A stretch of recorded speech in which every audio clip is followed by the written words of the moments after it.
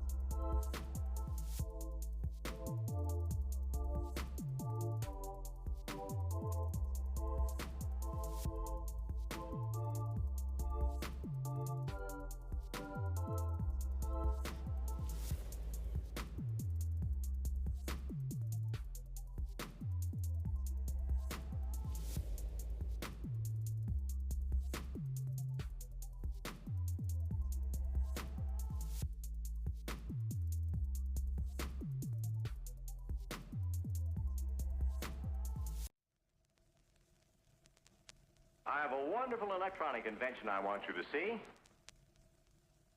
Show you.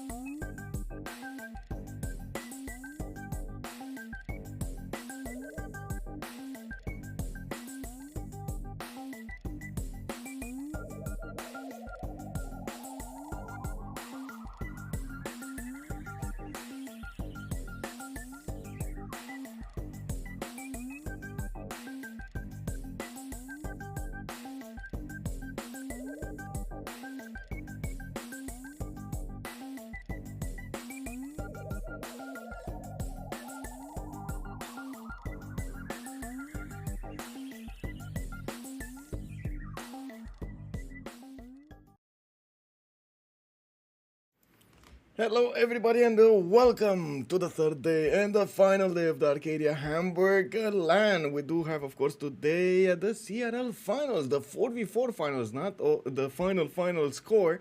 I do have to say of course I have been telling you guys this is a clan tournament but also a marathon.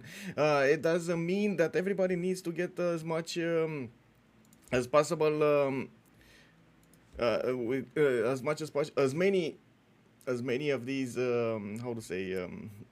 points as possible. They need to win it as much as possible, and we're gonna need to see how this goes. 4v4 coming up with Ooga Booga versus Cars over here, and of course we're gonna need to see what's going on.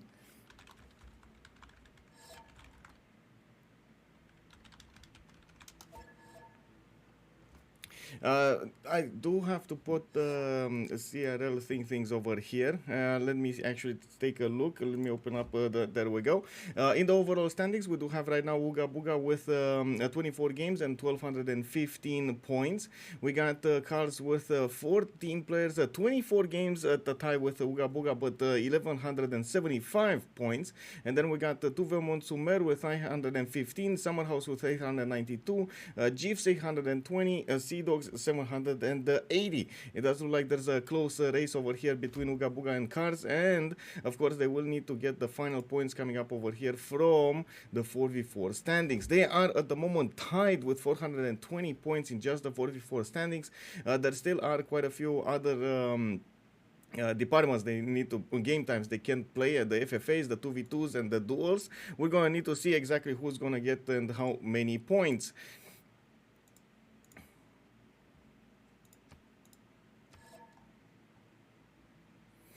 And of course, I do see the players are getting into the lobby. I do want to put really quickly over here. This is okay. There we go.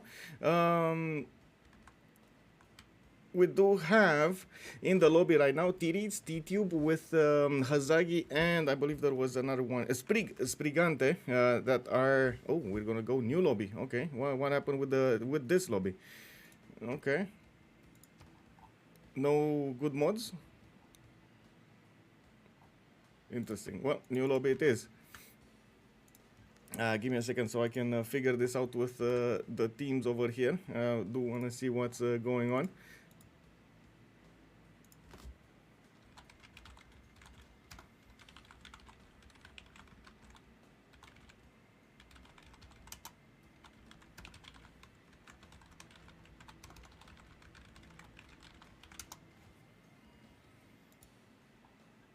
Okay, let me see. New lobby, where it is. The game links. Come on, give me the links. Give me the links.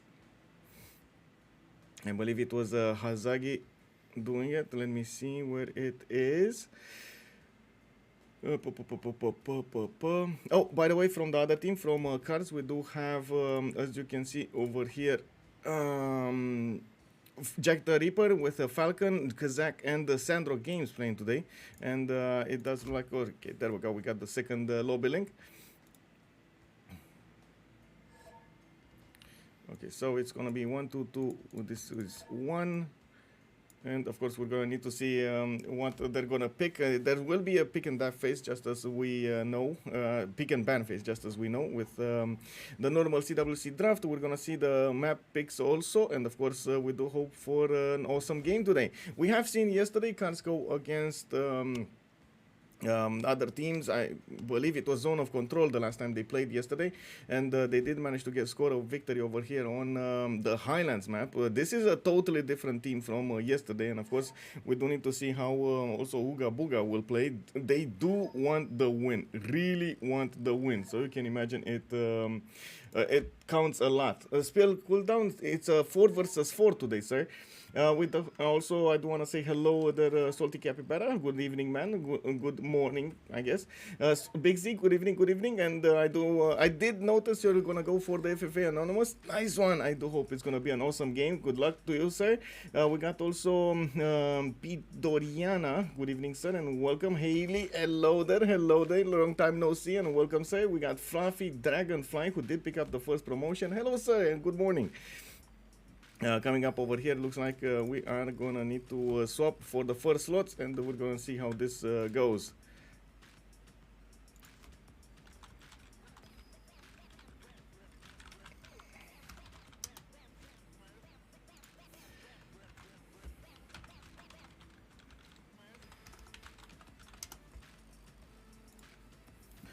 Okay, so getting everybody in. I do believe I still need to actually swap over here. There we go. I was clicking, but Hazaggi needed to confirm.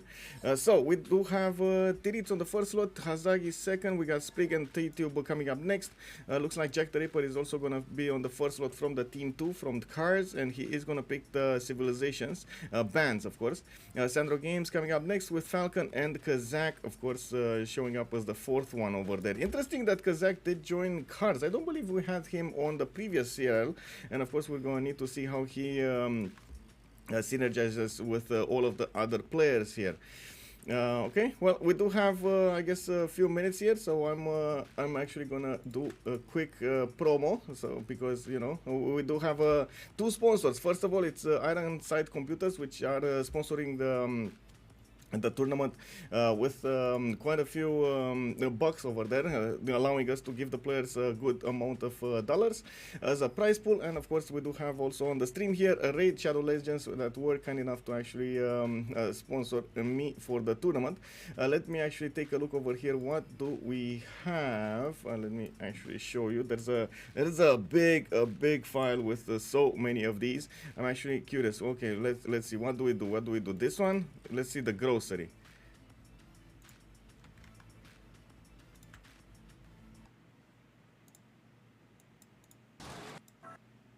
Stupid. Really? That's pathetic.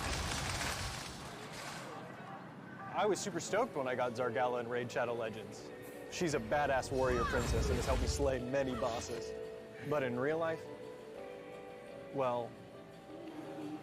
Bigger. No, bigger. Ah! What? You know I'm vegan, right? Oh, well, that explains a lot. Then again, she has her moments. Oh man, this is gonna take forever. I got this.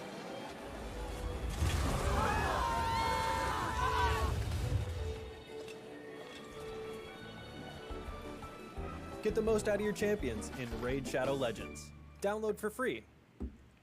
Easy peasy. Oh my god, imagine doing that in a grocery store. Oh my god, unbelievable. Anyway, coming back to this, we're waiting for the teams to actually put a team plus over here, and we're gonna need to see what they're gonna pick as a map. And of course, there we go, right on time. We got the map pool choices. Looks like they're gonna get to pick between continents and islands, Inland Sea, Pangaea, and Seven Seas with the Highlands. It looks like they took out Highlands. They don't want to play the big maps, and of course that was actually Titiits picking up first. With Seven Seas, Inland Sea, Pangaea, and continents and islands remaining, there definitely is quite a lot of, I would say, chaos about to be had. We're waiting for, or I'm personally waiting for something like continents and islands or the Pangaea to see that early warfare over there, to see, to get to experience from an early stage of the game some action, especially on the big maps. It is kind of hard to actually get that going because, of course, they are big maps. They do have a lot of distance between you and your opponent, so you don't actually get to use your armies, your horses, your swordsmen. On the map pool choices, we got two more maps remaining. Continents and islands and Pangaea will be up next. Of course, as you can see over here, the players are thinking it is going to be up to cards to choose one, and there we go. We have Pangaea as a map choice for today. Of course, we're going to need to see what they're going to go for the ban phase. On Pangaea, it is well known that we're going to see a lot of powerful civilizations for the land armies and a few simmers. I do believe they're going to definitely prioritize to take out the powerful ones like Zulu, like Ethiopia. I would say even Maya could actually end up over here, Mongolia, and so on and so forth. There are quite a few of them that you should take care of. Of course, Maori, Portugal, so many. Who is going to be left open to be picked, and who is going to get the banned over here? That's the biggest question. Well, it looks like Titiits is going to go for the golds as the first ban, and I do believe Arctic Uzi is going to be really unhappy with this result. Unfortunately, I'm sorry, Uzi, I'm really sorry. They took out the goals immediately. I do know at some point, actually, I believe it was Firsos that showed us that the goal, the Gallic gameplay at the beginning. Oh my god, amazing. I really enjoyed the pick opponent Civ yesterday. The ban list was amazing. Oh, really? Yeah, indeed. Quite an amazing game over there. It looks like we're going to see Hammurabi and a goal taken out. Looks like... of course, there are no active bans here, and we're going to need to see what we're gonna see next. Of course, they're talking about the Macedonian ban, which of course it is a very powerful civilization on the Pangea map. You're so close to your opponent, you get that initiation rights, you get the ability to spam out those heteros like there's no tomorrow, and get science in the meantime. It looks like on the third choice we did have Lotaro taken out, and I do have to point out Lotaro is coming up more and more in the players' choices as a civilization that should be banned. It's either picked or banned for some time now, and in the next iteration or in the next weeks of the Premier League, we're actually gonna have to auto ban it because that's how it is. I mean, it's the players decided it is a bit too much for them to handle. It is day 3. Why do I have only one hat on? That's a good question. I do have a second hat actually, but I don't have a third one. I do have a second hat upstairs. I do hope actually it's gonna stay good until I get home. Estes bought me one of those Canadian something shiny hats, which is quite funny. Good evening. Actually, bună ziua, Star Spanky. Ce faci, domnule? Cum este astăzi prin București, prin România? Maori got taken out as well as the 4th option. We do have Scythia as the 5th one, and of course looks like Zulu coming up on the 6th. So we still have the Mongolias open, ripe for the taken, even though you've seen actually it fall from the meta over here for some time. Maybe some will still pick it. Kublai China also, Kublai Mongolia and China actually started being more and more picked, but I don't think they're actually going to go in the first 4 to pick one of those. Of course, we still have civilizations with early bonuses, early units like Persia or Cree. We do have Egypt as well. Those Mariano Chariot archers can do quite a bit of damage. I do believe the players will go for some comfort picks over here. So I wouldn't be surprised if we're gonna see some Polish action. I wouldn't be surprised if we're gonna see Chandragupta India, or there we go, Basil II. Looks like they didn't want to give it to Jacktheripper, and I am expecting again Spain coming up in the drafts. In the picks, Basil II is directly countered, as you've seen yesterday in the games, by Spain. So it is a very, very powerful choice. There is Gorgo for Tidube. There is indeed Gorgo for Tidube. He's going to be good on it. It sucks, but it's raining, that type of weak and small rain that only raises the humidity. Oh, okay. But, oh, really? But isn't it? Okay, sure. I was thinking that it's still going to be like extremely hot in Bucharest. I don't know why I got the impression of that. Last week it was 40 degrees or something like that, and you had from the you had like maybe 10 minutes, 20 minutes of rain, and then again 40 degrees. Oh, it looks like this week we're going to have, wait, we're on the 26th, yeah, 26, so 27, 31, 33, 35, 36 degrees. Okay, so it's sunny. Whoa, not going for the direct counter. Jacktheripper is going to go for Genghis Khan. Of course, this has been some time since we've seen him in the games and winning the games. I believe we did have in the finals of the CWC Genghis Khan showing up over there in the 3rd game. Couldn't quite pull through.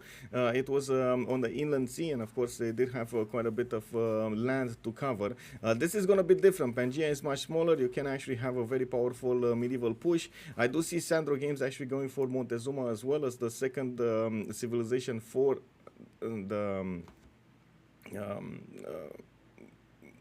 the Cars team, and of course we're going to need to see his continent split if it's going to be as strong as they need it. Aztec does get 50% production towards the land melee units, and of course you can imagine that is quite a powerful incentive over there to go for them. Harry the 37th, bonsoir and bienvenue. Comment ça va, monsieur? We do have Gorgo picked up by Hazaggi. I believe that is a direct pick for Mr. Tidube over there. He really likes his Gorgo gameplay. I am expecting, again, something, one of the Indias over there to show up, especially for Titiits or and of course we're gonna need to see if that is gonna be their choice. We do have 4 more bans to go, and quite a few civilizations need to be taken out. Whoa, they took out Rome as an option right now. Interesting choice for them. Definitely not something that we've seen that many times in the ban phase. We did see it picked so many times, but not arriving in the ban phase. Catherine de Medici. Wait, this is not pick your opponent's civs. Wait, what? Oh, okay. They couldn't pick Macedon, so they took out Catherine de Medici the Magnificence. Okay. That makes sense. We still have Cree and Persia available, those internal trade route civilizations, and of course Cree does get those Occidentals from the beginning. Immortals come up on Persia. We do have quite a bit of potential over there. Spain got taken out, no more counter over here against Basil, and we're going to need to see how Genghis and Montezuma will do against Basil II. Yeah, you did, and it is exactly, it appeared over there. Well, let me see what's going on.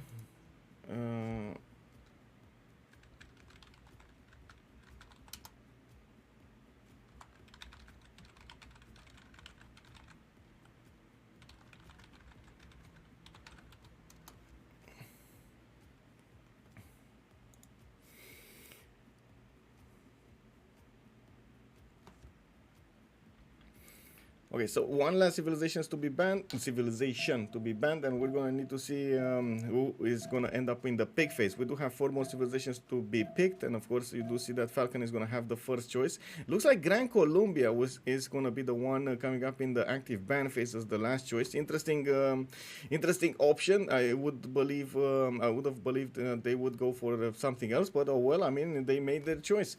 We do have right now a lot of powerful civilizations left open. I believe more powerful than, of course, Gran Colombia, and we do need to see what the players are gonna go for. Immediately Falcon going for Vietnam. Batriu is gonna be his choice. It looks like, of course, we're gonna see some of those towns put on the map. The Voicians are also gonna appear over there, and we're gonna need to see how much culture he's gonna get from the beginning. Very hard to push against Batriu, and it is extremely hard to actually defend against it. It does feel like it is gonna be an advantage over here. Of course, Sprig and Tidube still have 2 choices to go for, and they will try as much as possible to get an advantage over here.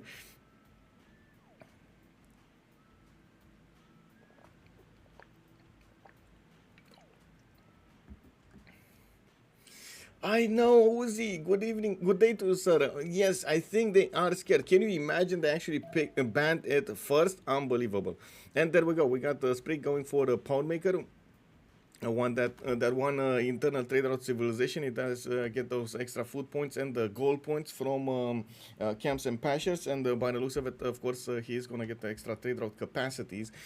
Mickey Waps are also gonna appear. Occidentals are also gonna be on the map. Usually it is not that uncommon to actually see 3, 4, 5 of them running around the map trying to get the scouting on their opponents. Maybe snatch a settler, maybe snatch a city. It is possible with the Occidentals, especially if you catch your opponent off guard.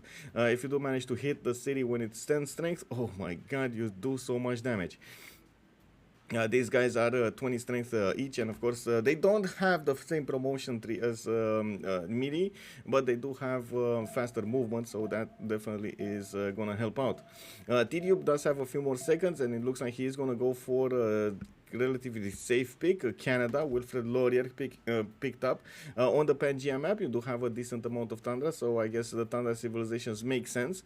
Interesting that he went for Canada and not Russia, even though I do believe Wilfred Laurier here does have a much better tempo at the beginning of the game.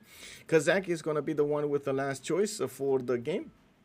And of course, we're just a few moments away from actually seeing the draft open, and of course going into the first map. We will see a pause at turn 8. They do have the option to actually remap this, use the remap tokens, and of course we do need to see what's gonna be their choice there. Immortal Limitator. Good evening, sir, and good day to sir, actually, and thank you very much for the follow. Much appreciated.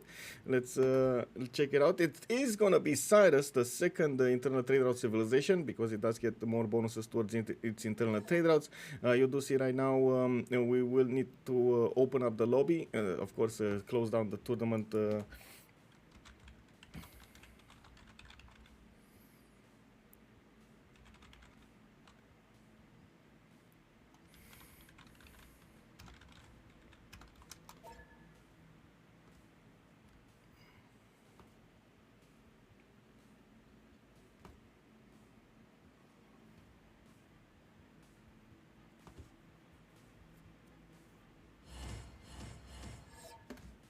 Okay, there we go. So, tournament draft closed. We can now ready up, and let me actually take a look over here. I think Golden would need a bit of a jolt.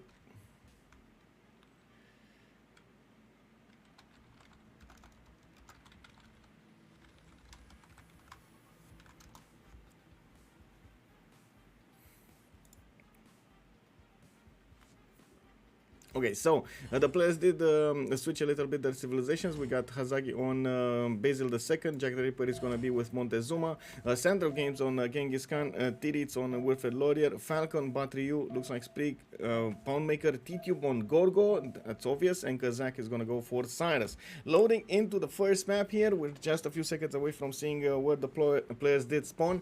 I do want to put a quick prediction here so we get to actually get some points out of this. Let me see, start prediction. How many remaps is going to be the question. We got 0, 1, and 2, and of course we do need to see what the players, what the viewers are going to feel about this. Civilization World Cup, whoa, kick W. Okay, it's not really Civilization World Cup, but sure. It is the Clan Rifles League.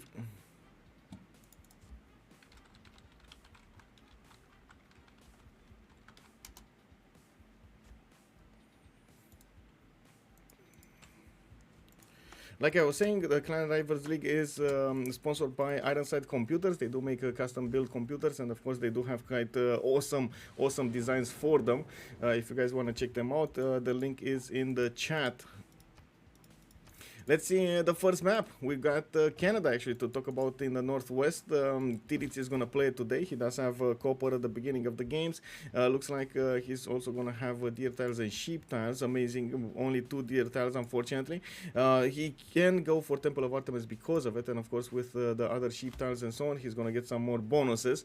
Not an, I wouldn't say it's an impressive, but it's more than decent actually to play it here. Temple of Artemis, I mean, not the spawn. The spawn is okay. I mean, it can work. It can work. It's not ideal, but it can work.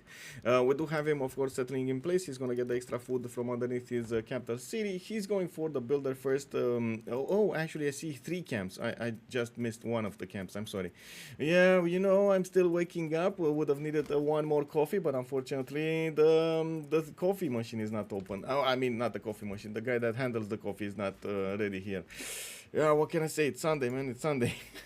Okay, so in the south we got a few city-states, Venice and Hong Kong.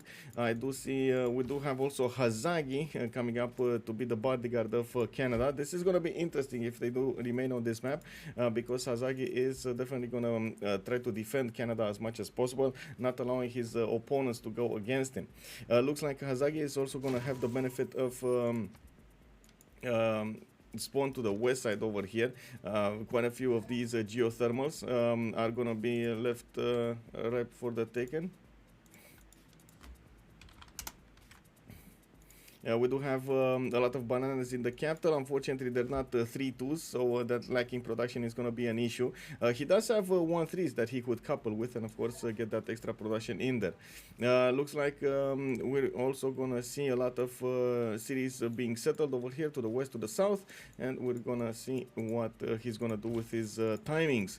I do want to see if he has any opponents. Oh, he does, but it is Greece with, of course, with Tidube. It is going to be his ally over here, so no opponent for him. He's not going to get to war with those tagmas, and this might actually be a reason for them to want to remap. It is actually, I gotta say, it is a bit unfortunate for Hazaggi, but fortunate for their team overall to spawn like this, because Canada is left alone in a corner somewhere, so, and they can't get to it, like their opponents can't get to it, and they do have multiple, he has multiple allies that are in front of him, between him and his opponents, so I would believe they will try to take advantage of that that Canada alone. Of course, Kazakh over here is going to be on an island, interesting island of his own. He does have quite a few cities that he can settle, even with fresh water, because of the lakes. I'm actually curious if he can couple these lakes to get them out on the seas. I don't think so, though.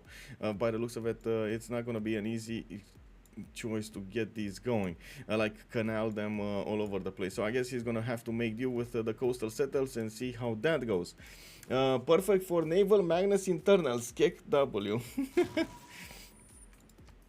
Well, I don't know what's going on here.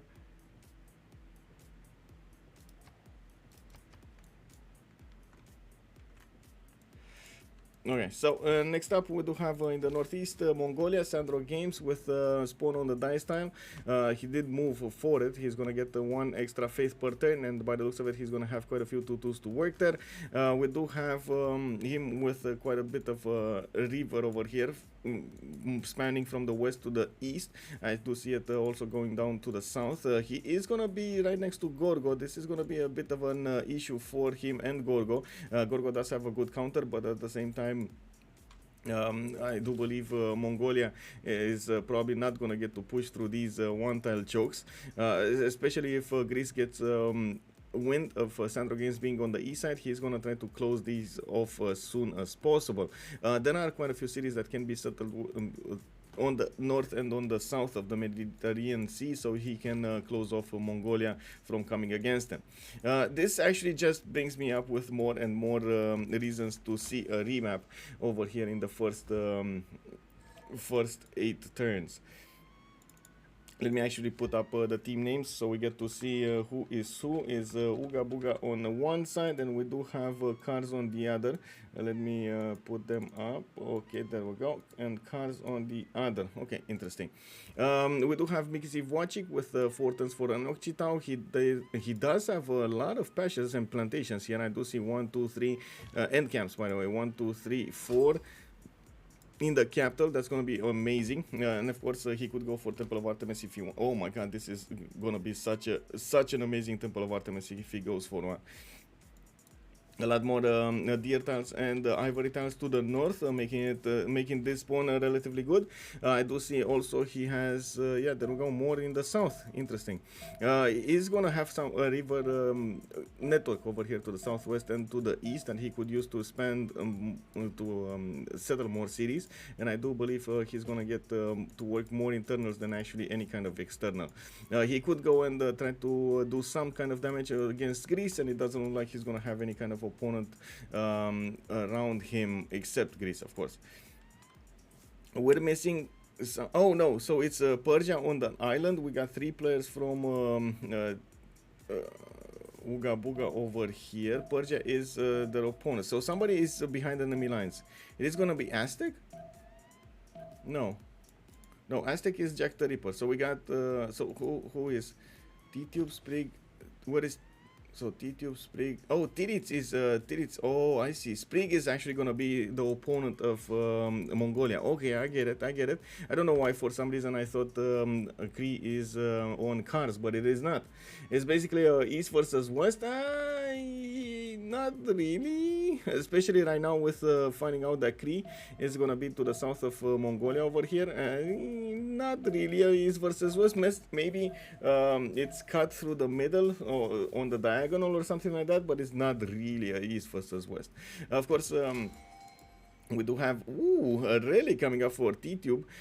Easy peasy. I do see Sprig also benefiting from the first Okchitao. He's gonna get the promotion on it, and he's gonna start scouting his opponents here. Next up, we do have Thanglong next to Yerevan. Looks like he's gonna have a coastal spawn. This is kind of meh for him. I do believe he's gonna be a bit annoyed about this. He can definitely settle quite a few of those towns over here on the east side and get that awesomeness of district adjacency. Can go for the north over here for the second city on the coast, and where he does have some ivory tiles to work and some tutus. Definitely quite a bit of production and relatively good tiles to use over here. Aztec continent split. We got only one big continent for Aztec, even the island is on the same continent. He's not gonna get a lot of amenities to use, and as you can see over here, his other continents are gonna be so far away from him, he's probably never gonna settle them. We do have Tenochtitlan with 4 turns for a settler. Does have his initial eagle warrior going to the south over here, trying to figure out if he will have some sort of city-state to bully, so he can get some free builders from it. It looks like we do have Yerevan for him to snatch, and of course we do see, oh, actually he has 2 of these eagle warriors. Come on, build a third one and go bully Yerevan. I do believe immediately after he's gonna you know, see Yerevan, it's gonna be like one of those oh, I got this, bro, you know, moments. He's definitely gonna go against Yerevan and take it out. Let's see, use my okay, and also oh wait, yeah, probably remap just based on Aztec split and Tidube relic. I mean, I don't think they actually will know about Titube's relic. We'll see. I'm honestly more concerned about their ability to do something against their opponents here, especially with Mongolia's spawn against Greece. That's not gonna work. What is gonna work is him going against Cree. I do believe Cree is gonna be in danger, especially with or I should say against those Keshiks. It's not really easy. It's not really easy. I guess you can.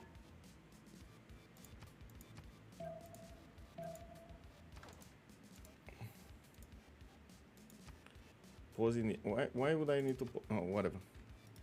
I guess they wanted me to pose and not them.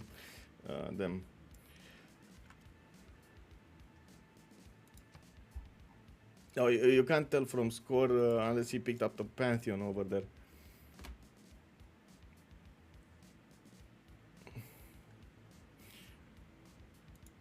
You can. Oh well, I guess sometimes you can tell from the face, but not now.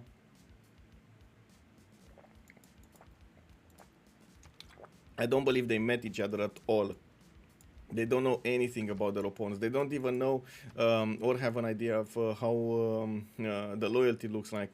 So yeah, there we go. We got a remap here. SandroGames, or I should say Cars, goes for the remap, which is I think the correct choice over here, mostly because they're brawlers. Of course, Mongolia, Aztec, and Persia would not get to interact with their opponents, which is something that, of course, on this map it is kind of desirable. They didn't actually get an eye on Canada, which I was saying it is quite dangerous, because you do allow Canada to go for the tourism, even if you think that you're gonna have for example, Persia, if he's gonna try to do some kind of D-Day landing over there on disembarkment, of course, they on Canada, it is kind of hit or miss, because Canada might actually get to defend against this, just preemptively putting some units in the water and seeing that attack coming from afar. It should have enough production to put up a defense, and with Basil next to him, he could actually enlist some help from him. So it isn't that easy to actually go for it.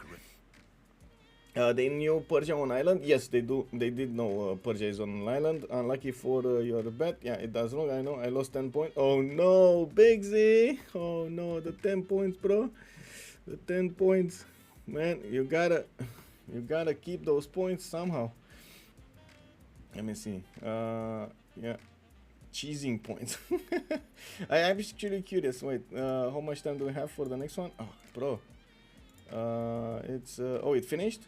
Prediction started 12 minutes ago, waiting for result. Okay, so submissions are closed over here. So a lot of people, somebody just dropped 666 points, kick W, on the 99% on the one remap. So we just went through the one remap.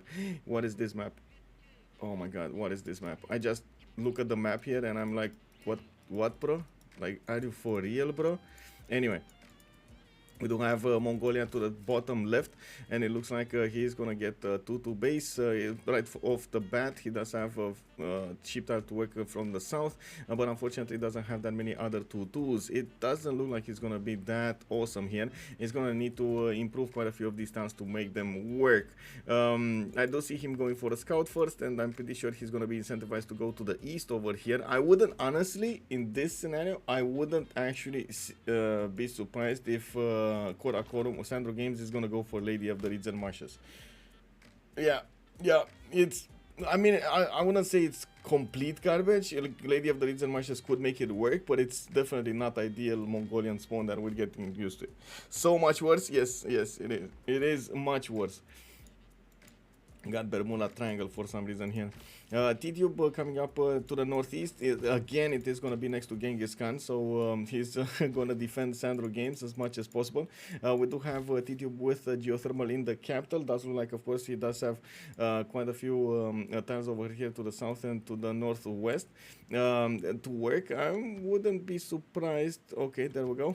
If he wants to go for the 3-1 sheep as a settle, but saying that does ring me a bell, because he's not gonna get a hill for his acropolises. Where is he gonna put his acropolises?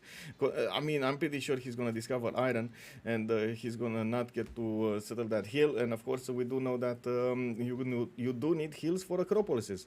Now, at the same time, I do believe he's definitely gonna be happy with the cocoa tiles he has, with the spice tiles, and we're gonna need to see his river connections over here to the south, a decent amount. We do have to the east again a decent amount, and I do see an enemy. Oh my god, if there is one enemy you don't want to fight, it's Persia when it comes to how to say early units.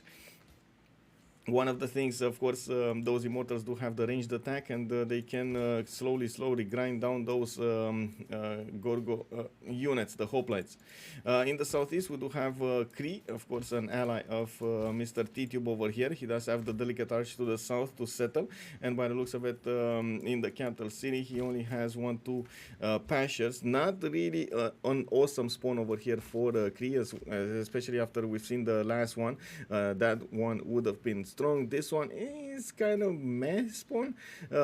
Again, he does have quite a few chops over here, but his internal trade-outs are not going to be that great. That's why I'm calling it a meh spawn. That extra gold that you get, that extra how to say, that extra food that you get could be awesome. Of course, he's still gonna have 1, 2, 3 to use, 3 pastures to improve and use. In the capital city, he did manage to settle on a cattle tile, getting himself some extra food, and he's gonna go for an Okchitao. Yes, Cree actually settled his pasture. I mean, what can I say? He did what he needed to do. What can I say? I'm gonna have to bounce to set up the FFA. Good luck, man, and I do hope you're gonna have a good stream. Good luck. Mongolia spawns so much worse. History is not a map, it's a cat. Wait, it's a cat? Wait, really? How do you see a cat here?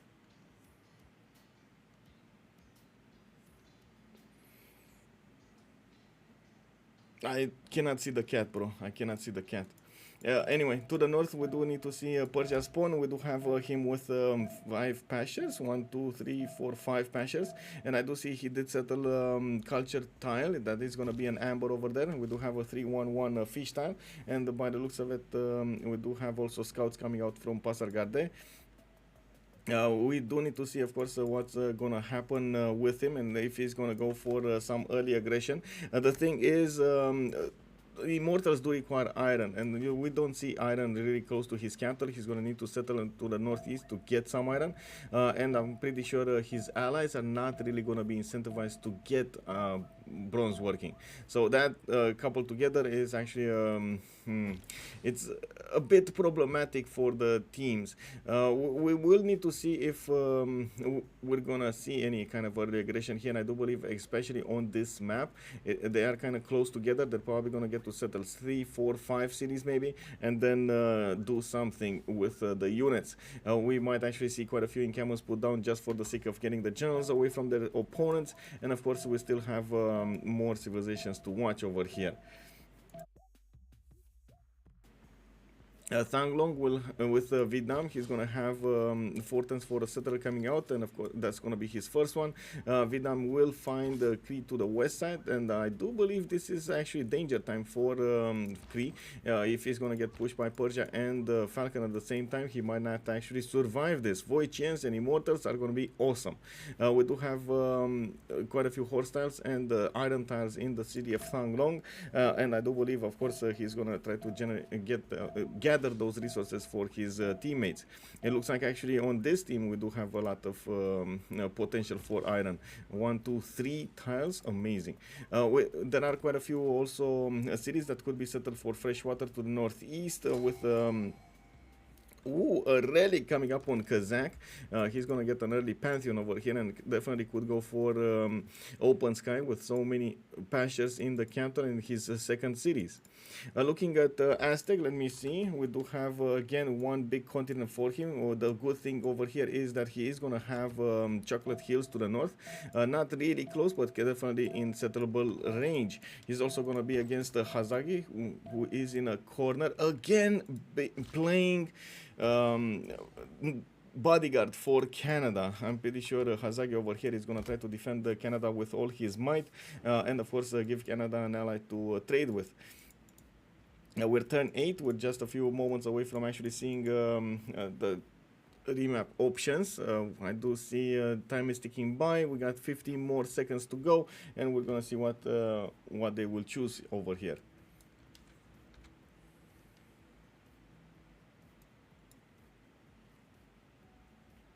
Where Canada, Byzantium, and Aztec? Yeah, there we go. They're on the east side. All of them are on the east side. So this is Aztec, this is Byzantium, this is Ottawa. And let's see Hazaggi doing it. Let's see him, let's see him.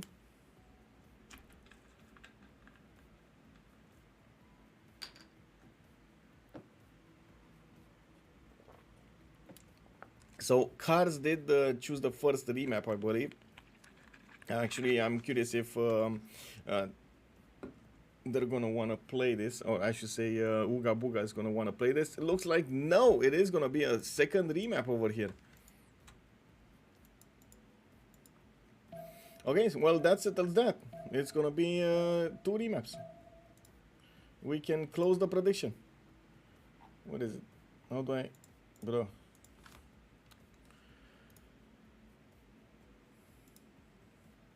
Well, nobody, oh my god, nobody put up in the 2 options. Kek. Ooga Booga got saved? I don't think actually Ooga, well, I mean, I guess Miki Zivwachik over here got saved, but Gorgo, yeah, I guess they would have lost 2 players. Yeah, I'm pretty sure that they would have lost 2. I'm sorry, they would have lost 2 players. Yeah, points just, I don't know, they disappeared over here. I don't know where they went.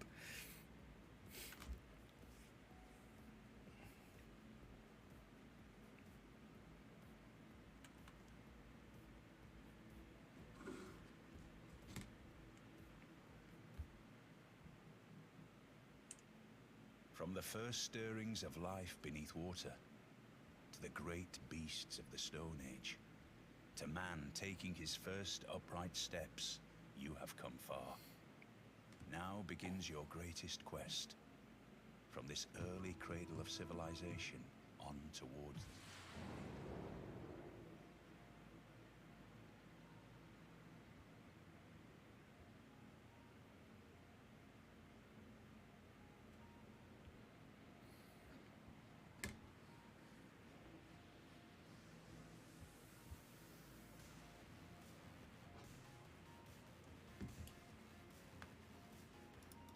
Okay, so this is the third and final map. I believe we can talk about in detail about all of the civilizations. So we're going to need to see, first of all, Greece over here in the northwest part of the map. What is he going to get? He does have an option to go for the 2-2 base here.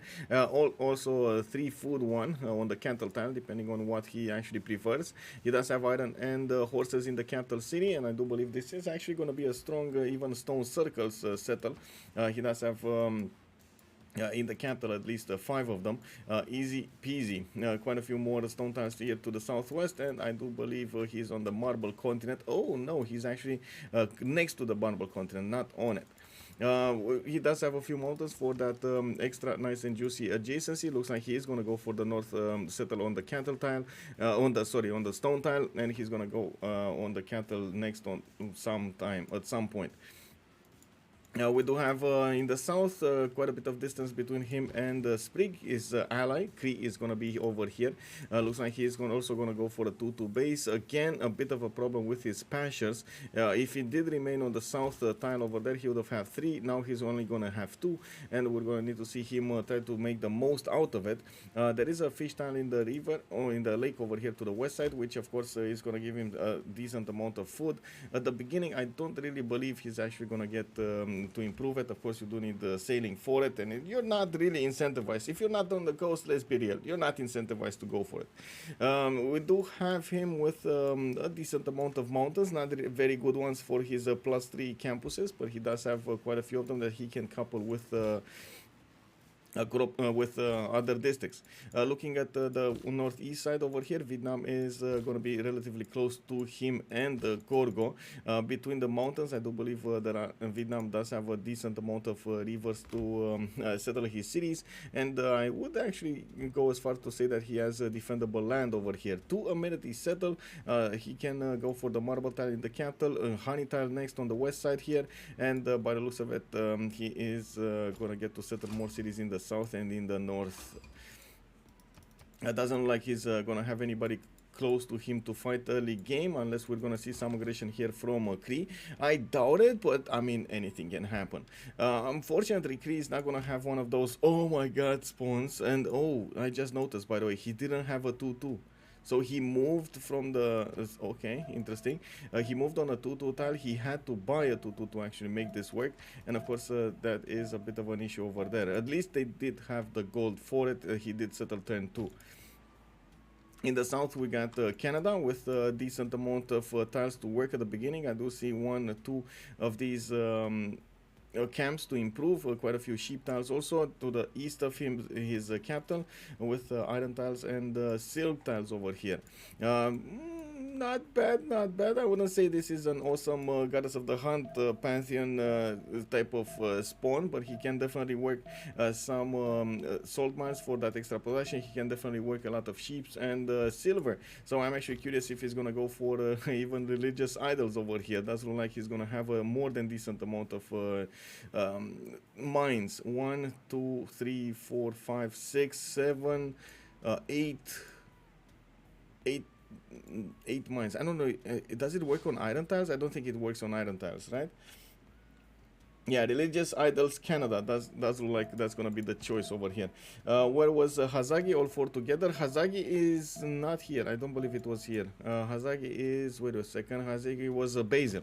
Basil, it's on the other side. Basil is northeast over there on the map. We're getting there. We're getting there. So we got Mount Roraima to the east of Canada, southeast of Vietnam. Looks like in the middle we're gonna have also Kazakh with Persia.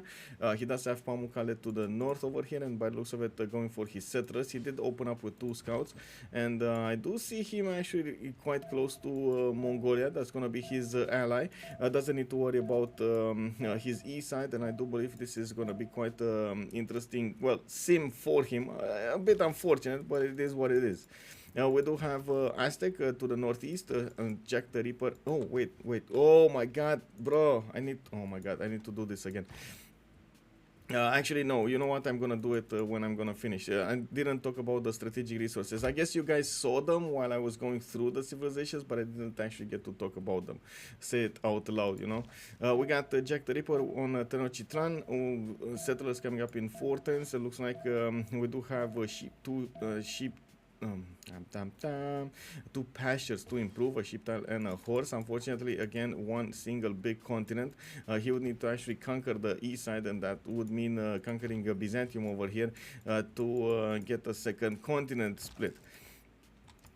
To his south, we do have also Mongolia with Karakorum in 5 tiles coming up with a settler.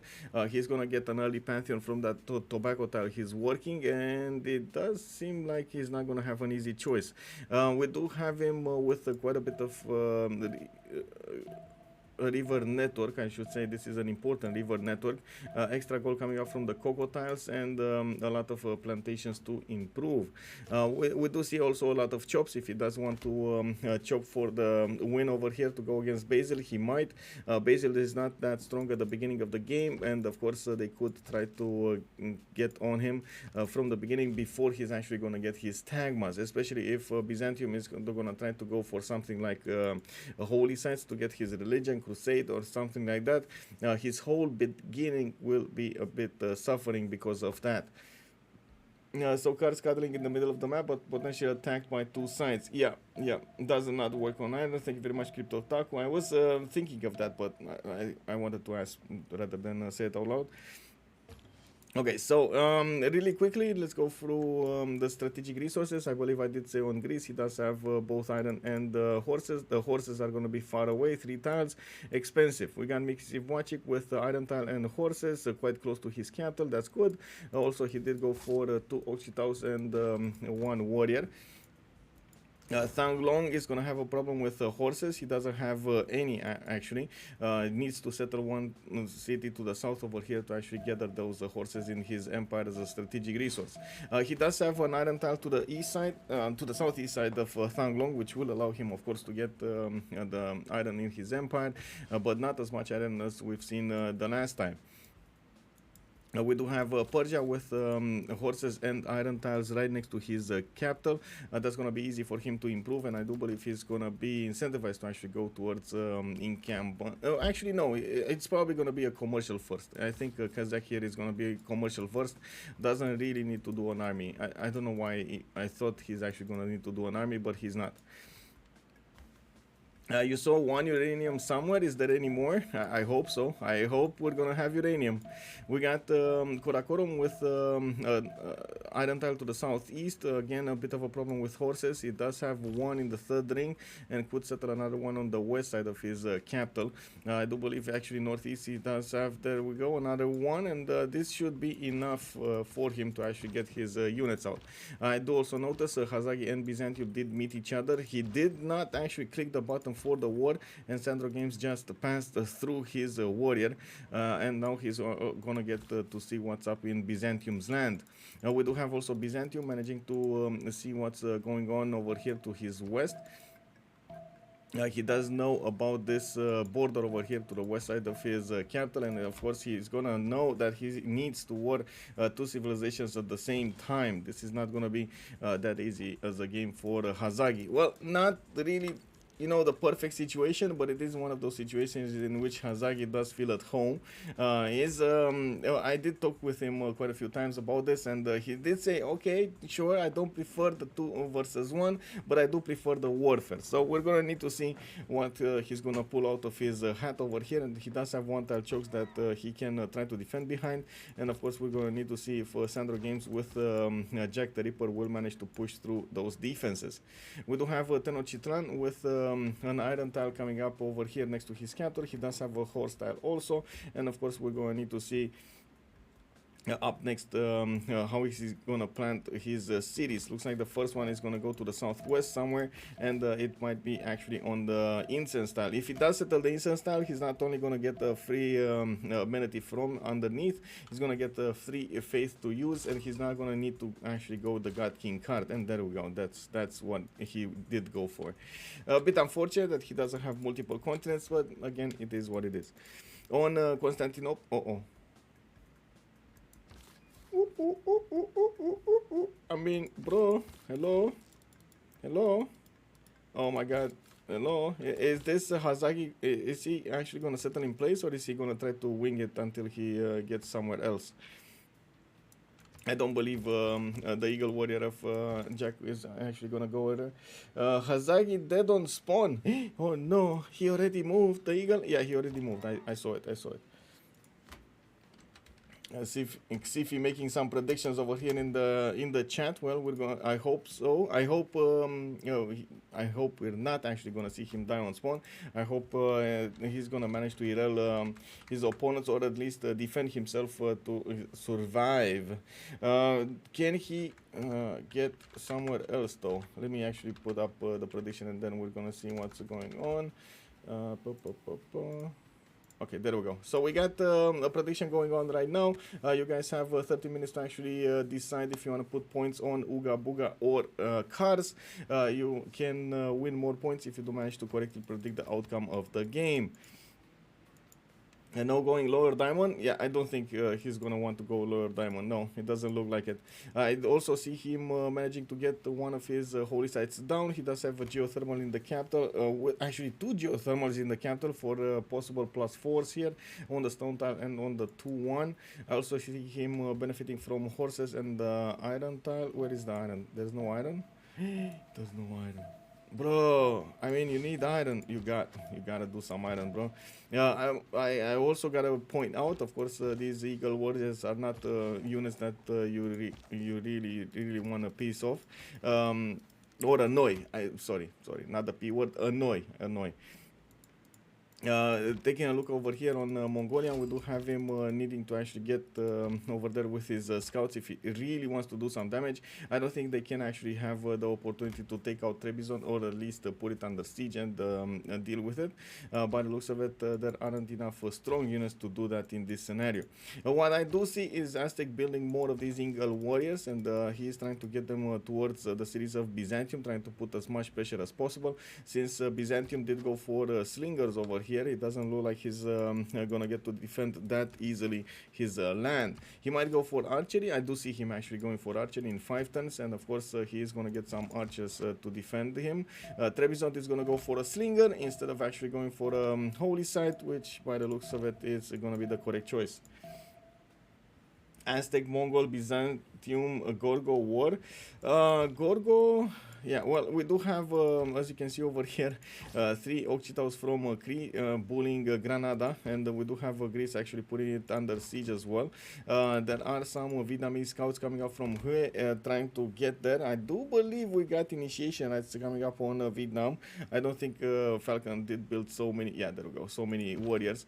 It didn't make sense. And as you can see, initiation rights is gonna allow him to get some faith out of those units built. He knows he's gonna need to be at war with his opponents here, so might as well get something out of building units. We do have Sparta coming out with a settler next turn. I do see Athens also coming up with a monument. Didn't quite go the next yards over here to acquire the seal tile to the southwest, but we're gonna need to see what they're gonna do next. Jack gonna get the Goddess of the Hunt. He did go Goddess of the Hunt. Yes, he's getting his deer tiles improved. He's getting his ivory tiles improved. He does have 1, 2, 3, 4. 4, I guess. Fluence, thank you very much for the follow, sir, and welcome. Let's take a look really quickly at their pantheons here. We do have, as you can see, Canada with quite a few mines improved, and I do see, of course, he's getting some more builders. Did get his second city to the northeast, and he's putting his, actually, the second city to the northeast, and his city is gonna, his next settler is gonna go northwest towards a little bit towards Cree over here. Of course, he's the ally of Cree, so he's not gonna get to worry about that much. We do have initiation rights here. Greece did not go for a pantheon. I believe he should be close to getting 12 points, but he's on 8. We do have Cree again. Also, how much? He's on 1 faith a turn with a 7. Okay, so 5 turns away. We do have him pumping out a settler in 3, and of course, since he did go for multiple Occidentals, he does have a bit of an issue over here getting them. How to say? Getting everything good on his empire, or getting that extra settler, I should say. Well, Greece did manage to take Granada. Looks like Sprig did lose one of his Occidentals to the aggression of Vietnam. We do see that Vietnam is also trying to get there. Maybe he can poke the city enough times that he could manage to take it back. We're going to need to see if he can do the liberation. Again, 100 Diplo favor points would be amazing. We do have Okchitau coming up next to Thang Long. He might try to snatch that cetera. I don't think it's possible because there is a warrior from Vietnam able to escort it. And as you can see over here, Falcon is going to try to move across towards that warrior so he can actually escort much easier. We do have Persia from Pasagade with Magnus internal setting up. He did go for his second city on culture tiles. He does have an amber on underneath the city center and another amber to work between the mountains. That 2 extra culture is going to serve him quite nicely. He's also going for the south over here. Looks like that 2-2 base between the mountains is going to be his choice to settle on. And of course, we're going to need to see how is he going to do with Mongolia to the east side. Mongolia did go for Lady of the Reeds and Marshes, getting some more production coming out of these floodable terrain tiles. He doesn't have a lot of them immediately, but if he goes to the south over here, he's going to open up more cities with more floodable terrain tiles. Not ideal, but definitely it makes it work worth, I guess, in this scenario. We got Korakoto, for example, going for a monument over here, and he did settle in a place that he couldn't actually have any other bonuses than from the Lady of the Reeds and Marshes.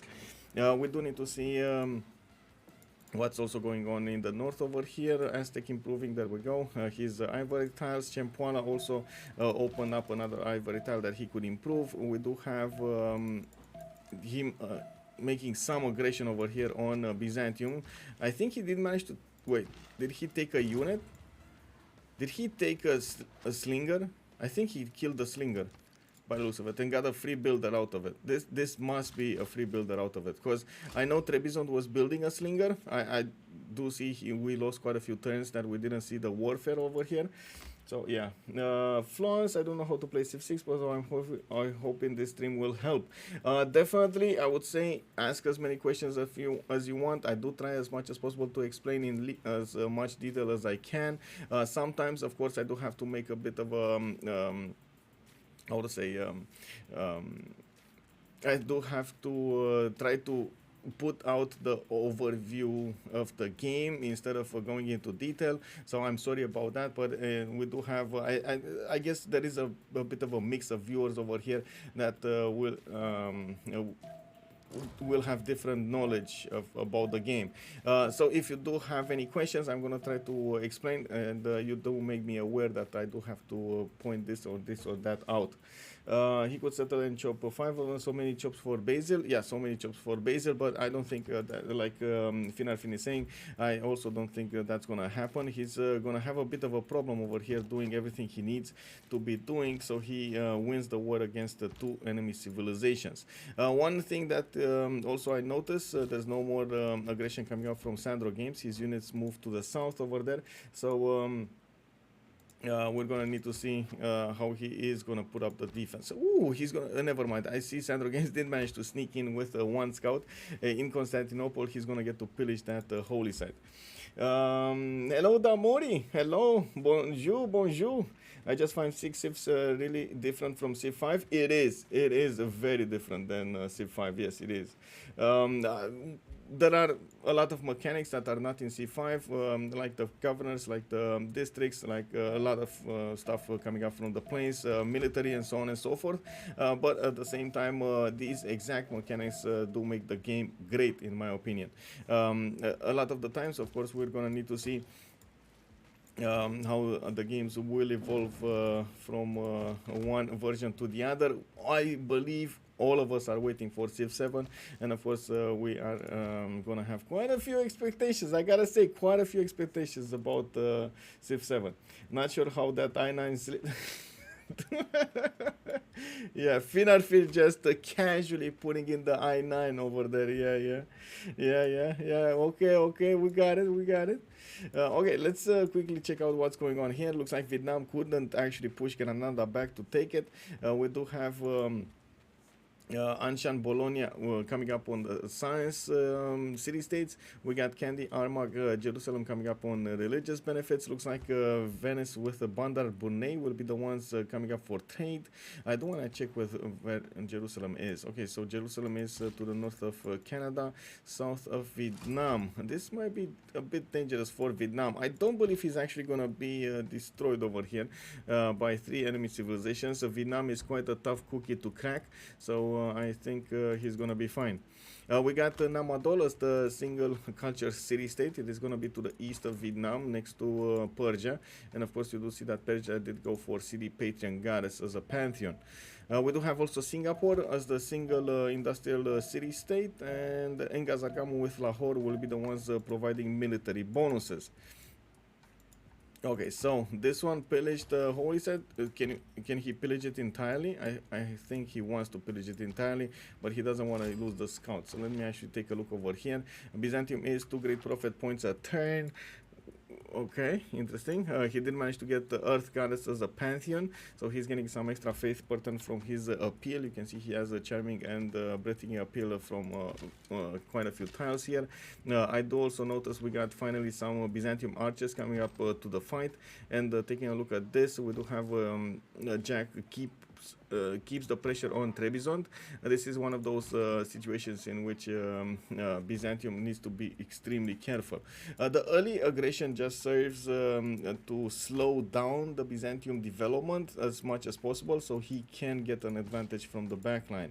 Of course, you do see that Jack stopped building units. He is going to go for Temple of Artemis instead of a 4th settler. I do see he has a 3rd settler coming up from Chempoala, and he started building improving some more of his tiles. Definitely good production coming up from his capital with ivory tile underneath. He does have deer tiles and ivory tiles to work, and of course the sheep tile improved.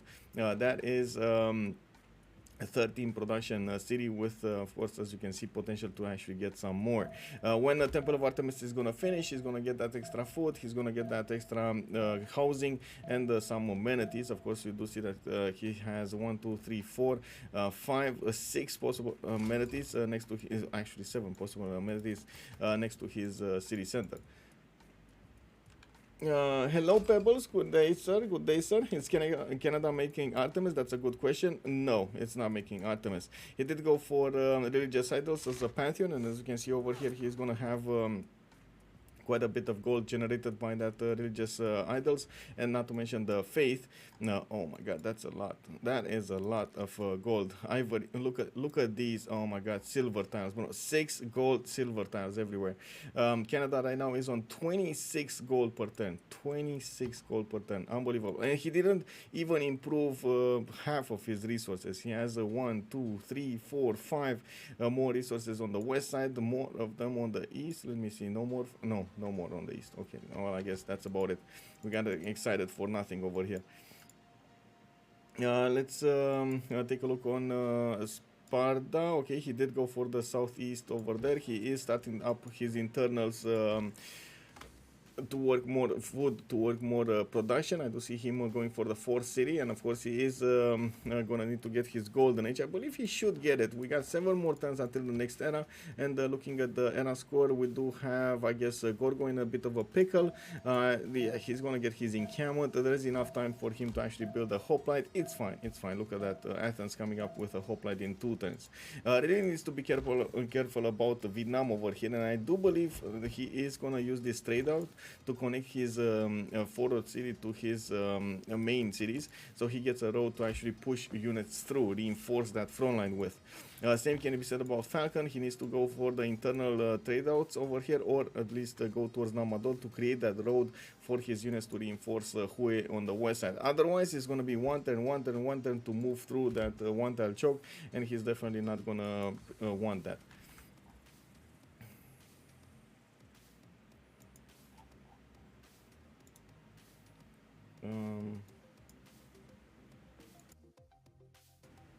Okay, let me actually take a look over here.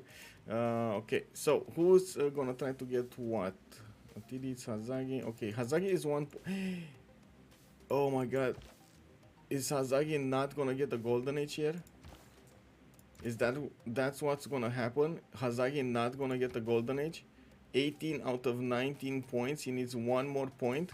Ah, come on, you gotta discover, guys. You gotta discover a wonder for him. Just, you know, just a wonder for him. I don't think he's making any more great prophet points because his holy sites got pillaged. He needs to repair them, but he's going for a settler in 3 turns, and he still has 6 points. Oh my god. Yeah, this is. Oh man. Oh man, Hazaggi getting grief too. Oh man, this is. What can I say? What can I say, man? Yeah, well, it is going to be an issue.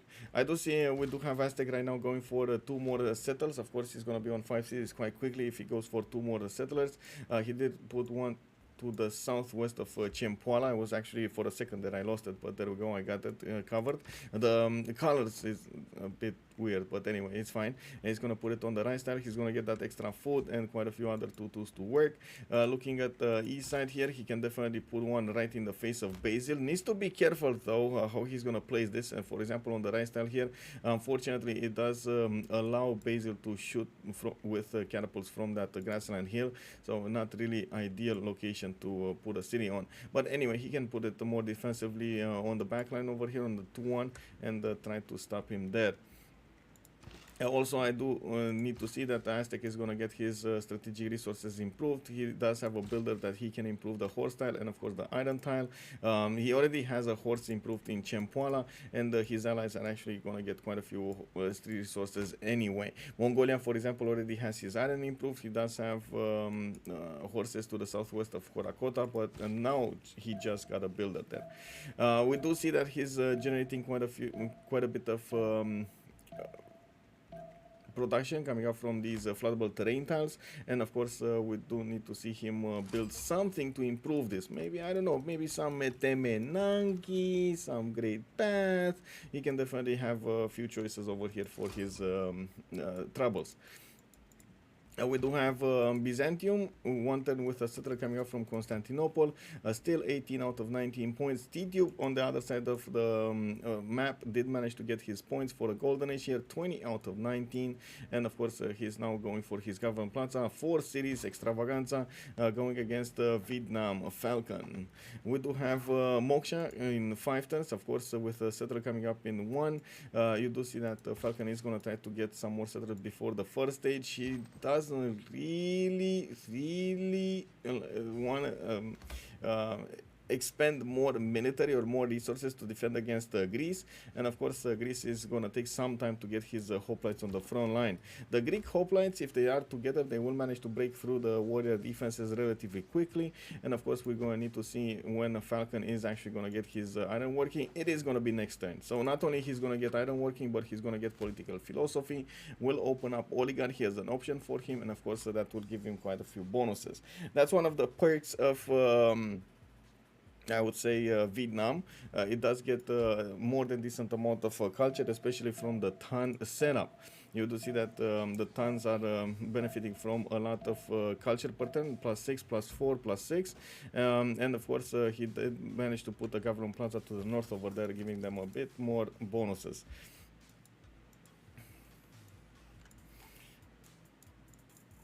Did that. Okay, so Hazaggi did manage to put back his archer into the capital. Aztec was forced to move back with his eagle warriors, and by the looks of it, there is a settler coming out.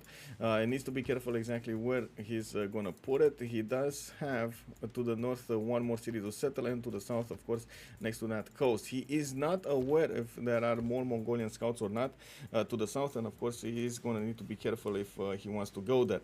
Definitely needs to get builders so he can improve his diamond tiles and copper tiles, not to mention his strategic resources. He doesn't have a single mine or a pasture. That means he's not acquiring any kind of strategic resources. You can see he's starting to lag behind in the science and in the culture screen relative to other opponents.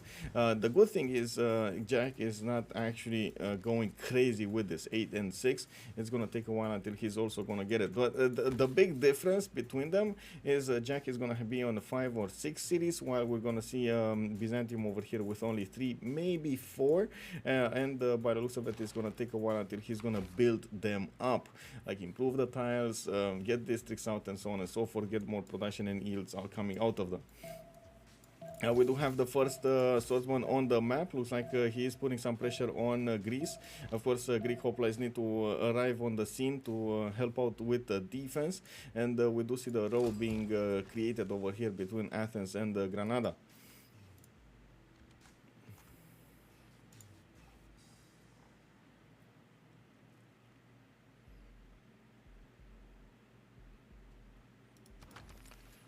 Oh, we do have a swordsman coming out from Greece as well. Look at that. Swordsman versus swordsman.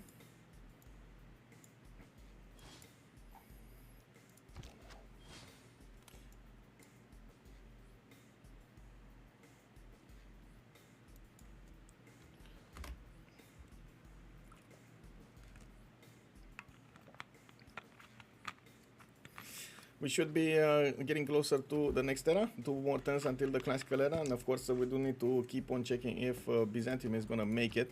Yeah, he did 19 out of 19 points. That's enough to actually get him the golden age, and we're gonna see what kind of options they're gonna go for. Of course, in the meantime, we will probably need to see what his enemies are gonna do against him. We do see both Aztec and Mongolia trying to get more settlers rather than doing units.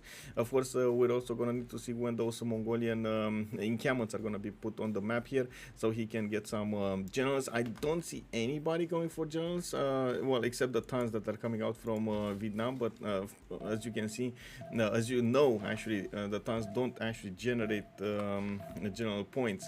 There is an encampment coming out from Sparta. Looks like he is going to go for the encampment training projects, and he does have a builder ready to chop.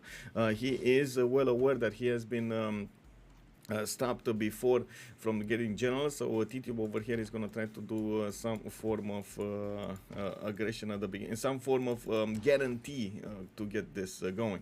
Vietnam looks like he did also put the card in to use for the generals. Let me actually see. There we go. Strategos plus 2 get general points per turn for his side, so he can get it in 15 turns. It's still a long time. 15 turns is a long time to get a general. Trying to put more tons from his cities that he managed to get, also building up more settlers, is not really worried about what's going to happen here next to his city of Hue. He does have a few swordsman pre-builds that can definitely defend, and by the looks of it, the hoplites are going to need quite a bit of help to actually push through the defensive lines of Vietnam. This Lino Falcon wants to knight Canada. What do you think about that? I mean, it would be an interesting idea to knight Canada to the south. I don't think it's gonna work. I think he's gonna have a bit of a trouble with Cree. Also, Cree, by the looks of it, would be incentivized to settle cities to the southeast over here. If he does manage to get on umbrella, how do you call it, like half umbrella, to the south of Dong Hoi, he is gonna stop any kind of attack going against Canada. They do need to protect Canada as much as possible because, of course, this is their win condition right here.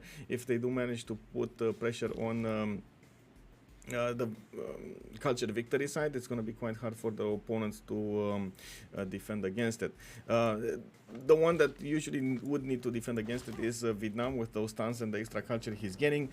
Second runner-up would be Persia with so much culture coming up from his internal trade routes. At the moment, it does look like Persia is going to prioritize commercials. Let me see. Is he? I hope so. I hope he... Okay, there we go. Currency 8 turns. I hope he actually finished that currency. It's classic ridges. Where is the apologies? Wait, there is an... Oh, my apologies. You mean, is this a hat? It's upstairs in the room.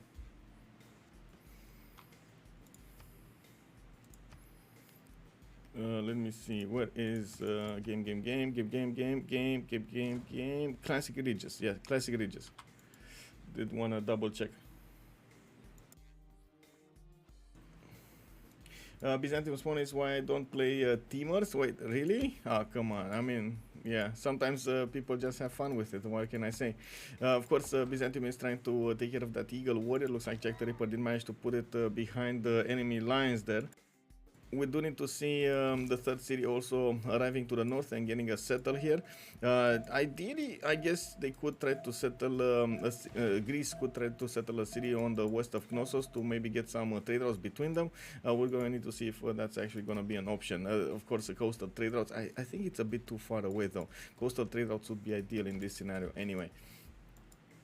Byzantium just would need to spend a bit too much science, and he cannot really afford that much science to get the coastal trade routes. So, looking at the options here, we do have the next era, classical era just started, and let's actually take a look here. We got Kazakh with Pen Brush and Voice Golden Age. Looks like Falcon is going to be Pen Brush and Voice Golden Age. SandroGames Pen Brush and Voice, Jacktheripper on Pen Brush and Voice, Tidube Pen Brush and Voice, Sprig Pen Brush and Voice, Titiits Monumentality Golden Age.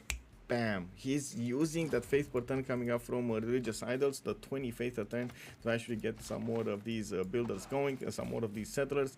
You do see he's working on Oracle over here, and of course we do have him managing to improve a lot of his tiles. Oh my god, he still can improve a lot of his tiles. Look at these juicy salt mines, amazing! And we got also Magnus establishing in Montreal. In the capital city of Ottawa, he did go for Pingala. If he couples that with Oracle, and of course, if he does put down one theater square, this is going to be amazing. He did actually go for commercials instead of theater squares. Does want more trade routes here, and that actually makes sense. Let me actually take a look next. We do have Hazaggi also in the Monumentality era. Unfortunately, he only has like 13 faith a turn. He did bank up quite a bit because he did manage to, of course, get Earth Goddess.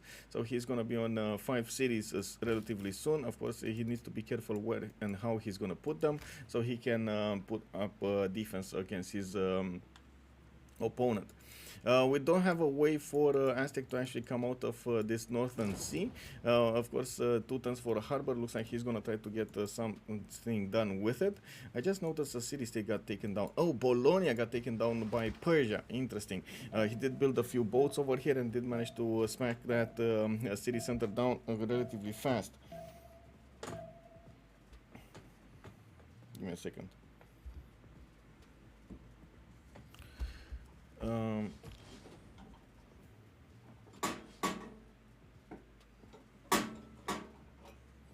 well, never mind. Classic ridges, okay. So we'll have soon enough. By the way, the 2v2 final as well. I believe from what I've read over there, they do need to wait for cars to finish up. I'm not sure exactly who's gonna play from cars, but right now there are so how to say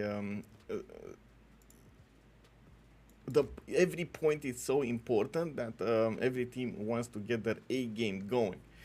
Looks like Finarfin is telling us Falcon and Jack, so they will need to actually wait for Falcon and Jack to finish this game to get that going. Okay, I understand.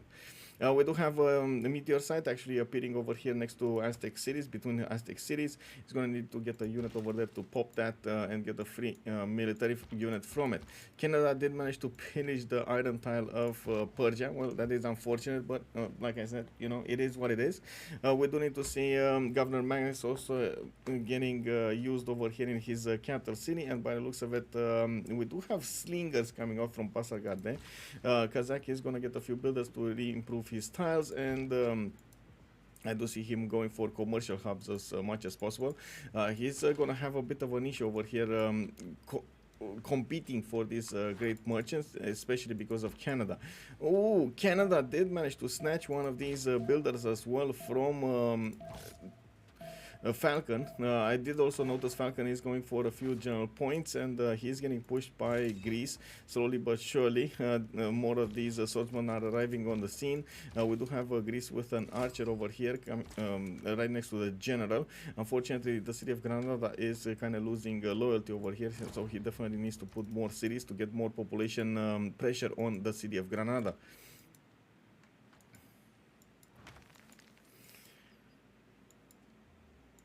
I heard the new wonder. What? So Hanging Gardens got finished in Montreal. We do have Oracle coming up in Ottawa in one turn. Looks like, of course, Titiits over here is improving most of his territory. Even actually chopping this one. He probably chopped this one to put something like a theater square over there or some form of district. He did chop also Oracle, so he gets the points running out this turn. And I'm actually quite surprised he didn't go for commercial next, so he starts acquiring those points really quickly. He is prioritizing getting the extra food per turn, and of course the housing coming up from audience chamber. He did actually put two of his governors in. Got the city of Victoria actually quite close to Armagh here. This is surprising actually. The city of Victoria, I'm not sure exactly why he settled it here, but I guess he will get an extra jade to work. And of course I was expecting him to actually put another city here directly east of Ottawa, and actually another two cities directly east of Ottawa and in the tundra, not outside of the tundra. Well, I guess we're gonna see what's gonna happen there. Give me a second, because I really need to change this up. Okay, there we go. Need to find a comfortable position over here. We do have more harbors coming up from Aztec. He's going to try to get as much gold as he possibly can. Doesn't look like he's going to do any kind of more early aggression on Byzantium. And we're going to need to see if Byzantium is going to have enough strength to come back into the game. We do have SandroGames with 11 science. Jacktheripper is going to be on 13. Those are the neighbors of Hazaggi, while Hazaggi only has 7. You can imagine that's going to be an issue. There are more settlers coming out from the cities of Hazaggi. I do see he did manage to get a religion here called Buy Me Unit When I Say So. Well, I guess he's a bit annoyed at his teammates. Choral music with Defender of the Faith. Looks like he's not going to go for Crusade. I guess he knows that he's not really going to be on the offense this game, so he needs to be defending as much as possible. We're also going to need to see what's going to happen here in the south. Okay. Adrianople got settled on the river, not really on the coast. Of course, he's still trying to stay away from Mongolia, while Mongolia is starting up his encampment push. We do have Karakorum with the first encampment. Kokekota did manage to put campus next to it, and of course, he does have a government plaza over there. Interesting choice of where to put the government plaza. I guess if it works, it works. I'm actually curious to see what the second district from Karakorum will be. And we do have Mongolia over here arriving at 2, 4, 6, 7 cities soon enough. He's getting the first horses out next time. And of course, I do notice he's going to get probably a city on the Kokotal by the looks of it. Is Anshan Sus by anybody? No. So Anshan is going to be fine. It's not going to get to attack them anytime soon. Attack him, I guess, anytime soon. We do have more swordsmen coming out from Vietnam. One of the things that is happening over here, Greece is taking on all of that aggression from Vietnam, making it quite hard for Vietnam to be paying attention anywhere else other than to the northwest. In the meantime, of course, Cree is also trying to get more advantages from pulling cities down. You can see he's right now on 3, but he does have 3 other settlers coming up to a total of 6 cities in just a few turns. We do have a government plaza from Mikisi Vuacic. Doesn't have yet his audience chamber. He did prefer to put down his commercials. I do have to point out, we're going to see soon enough, of course, all of those points start to explode from Canada, especially in the merchant screen. At the moment, nobody's making them, but I'm pretty sure when Ottawa is going to finish that commercial, it is going to explode. We do have Magnus moving into the city of Winnipeg for some extra chops there, extra production from the chops. He does have a few of them, 1, 2, 3 that he can put to use. And of course, I'm still quite curious what is he going to do with Victoria. He could take on the city of Armagh and I guess take it down if he really wants to. He would need a few more units to actually make it quick and painless. And of course, we're going to need to see if any kind of horses will be trained over here. On Persia's side, we do have him going for his own commercials. Does look like the city of Sparta is also going to go for campus. We do have him with quite a few commercials being prepared over here, 1, 2, 3, 4, while the campuses are going to come out in Sparta soon enough in 3 turns. He did get another city on the west side. Looks like also Vietnam is. Wait, bro. Why did Kazakh go? Okay, sure. I mean, it's fine. I was thinking maybe it's better to actually put a harbor, like put a city and a harbor here. It felt better with a lot more tiles to use, but I guess it is what it is. Anyway, do generals boost hoplites? No, generals do not boost hoplites. You are correct. That's fugly. Also, good day to you, sir. Yes, indeed, hoplites are ancient units. You do see there are a few swordsmen that are getting the boost from the generals, but the hoplites don't. These are going to be extremely strong swordsmen on the defense from Vietnam. It doesn't look like without the support help of archers or crossbows, it doesn't look like this line will break anytime soon. Of course. I do also notice some more encampment training projects coming up over here, and I do think Falcon might be preparing another attack, maybe this time going against Jerusalem or Canada. Definitely with a faster movement of the horses and general, he could get there relatively fast. It's an inner sea anyways. He wants to keep building commercials for merchants. Who? I think Persia grows fast enough to value freshwater over plants for harbor. Oh, yeah, for sure. I mean, for sure. I don't know why he built a harbor here in Bakhtri. But yeah, you're right. The commercials would have been the way here. Might as well, since he did settle on a river, might as well get a commercial next to it. Anyway. He didn't, so we're going to need to see. There are quite a few harbors coming off from Aztec. I do see him two-turning audience chamber in the capital city. That's a lot of production for him. 28 production capital city. That's pretty good. We do have also Chicalco settled on the east side. Azcapotzalco also on the south by the looks of it. And of course, we're going to need to see how this is going to go.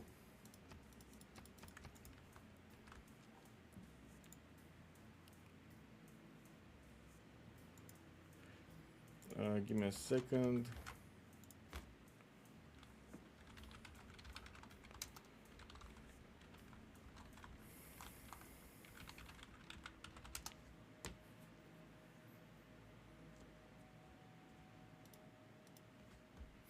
We do have more holy sites coming out from Byzantium. Of course, he's going to need to get as much faith as possible, since he did go for monumentality golden age. He wants to make as much use of it as he possibly can. He's also trying to put a city here on the west side, and by the looks of it, I'm actually quite curious what is he going to go for, when is he going to go for his campuses. He does have a clear lack of science over here, and his enemies are just getting more culture and science at the same time.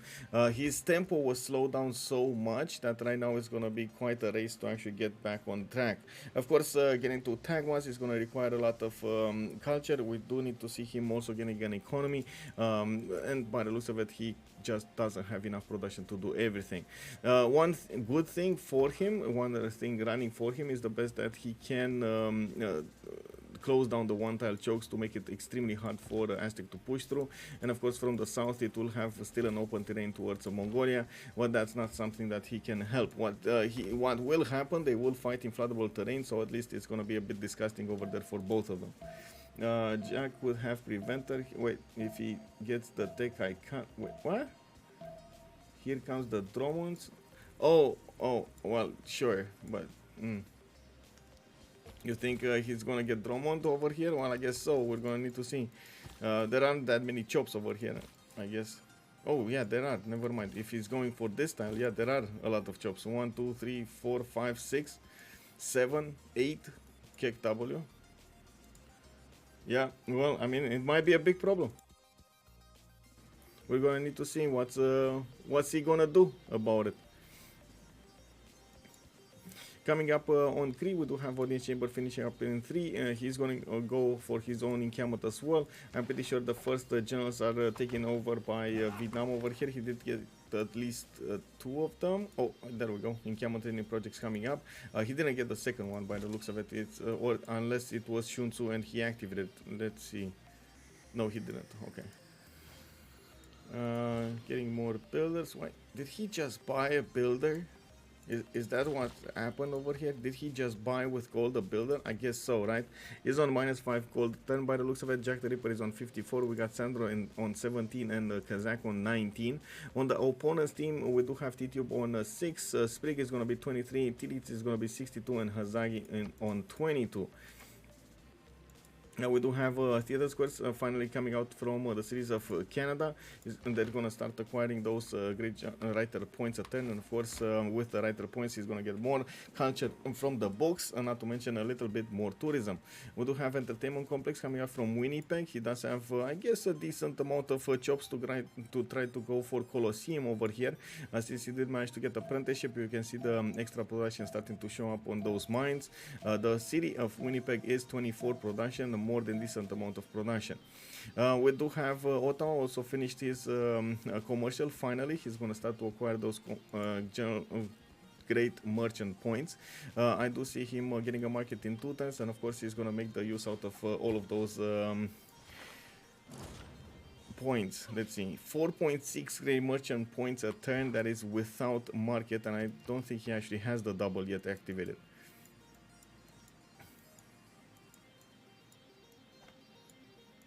Yeah, there we go. First galley out. He's gonna get another. Wait, why is he chopping? Bro, is he actually just chopping galleys?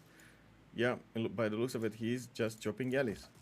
We do have Aztec with already +5 luxury attack bonus. Let me actually see what did he get as +5. So he's on one single continent. He has coffee. He has ivory. Whales. Oh, okay, whales. So whales, amber. That's 4, and he has a 5th somewhere. An incense style. Did he improve? I think he did improve an incense style somewhere, or settled on it, or something. Oh, he has this. No, I talked about ivory. Never mind. He settled here, Champola, on an incense. That's why. Okay, that's why. So 5. 2 galleys, then Drummond onslaught. Let's see. Yeah, let's see what happens. This is gonna be definitely griefing Aztec over here. The thing is, Aztec does have 3 cities on this coast. He can definitely outproduce if needed Byzantium. It's just a matter of how much importance does he put on this defense, and by the looks of it, of course, Byzantium is going to get that free, or I should say faster movement on the builders, which will allow him to move and chop at the same time. It's definitely going to be important.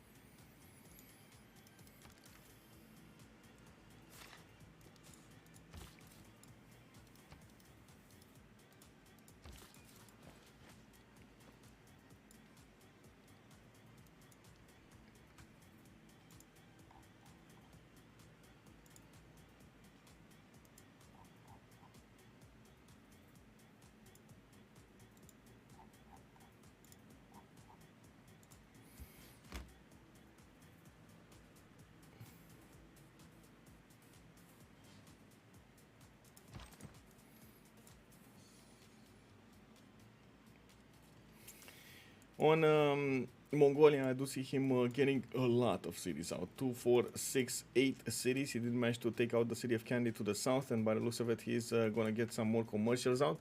He's going for his order from the capital city, with, of course, a lot of other possible encampments from his next door cities. It does look like he's going to finish at Temenaki in the city of Korakota, where he does have Liang established. Only 3 tiles to use, of course, with Temenaki over there. Doesn't seem like it's going to be that great, but he can definitely use it for some adjacency into his theater squares later. With the extra science, with some extra production, it's still going to be awesome for, actually 4 times. The city is on a floodable terrain, right? So 4 times. Not bad, not bad. Especially when he's going to get the Temenaki, these cities with marsh tiles will also get some extra production and some extra science, making them relatively good. Actually, this Lady of the Ridge and Marshes is quite awesome over here for him. We do have Persia starting to get quite a few of those merchant points. He's on 3.4, but look at that, he cannot, oh my god, he cannot compete with Canada's 10.3. At the moment, none of these great merchants have been recruited, but of course, it's going to be faster and faster. We do have a second galley appearing in Nicomedia.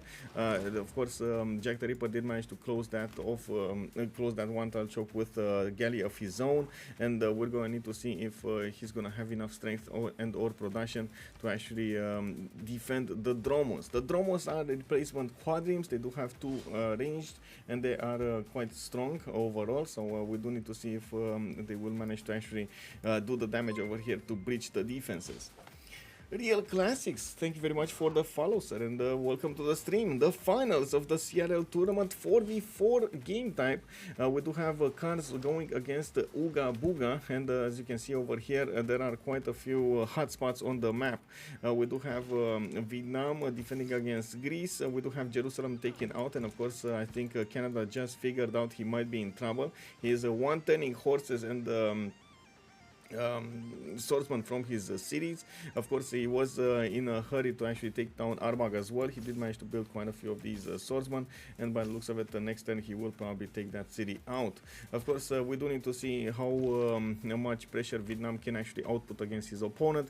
It does seem like at the moment it is much easier to go against Cree than it is against Canada, but I gotta point out, even if he doesn't manage to take cities, if he just managed to push through a few horses and get a few pillages, it might still be enough. Yes, we do have Falcon in a 3 versus 1 over here. Of course, Canada did arrive at 38 science per turn with 27 culture. He's going to definitely get more culture when he's going to get his theater squares finished, and we're going to need to see when that will happen. We do have Arena finishing up next turn from Winnipeg. There was a builder buy over here. He can definitely try to chop these forests out from the south of Winnipeg to get that Colosseum faster.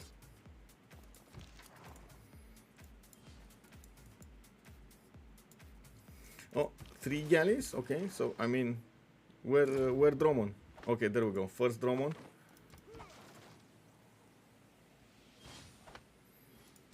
So this Drummond is going to be quite strong against Aztec. Of course, Aztec does get his +5 on attack, not on the defense. This is going to be problematic, but again, it is what it is. Jerusalem Armagh actually got taken down, so we do have another city available for Canada.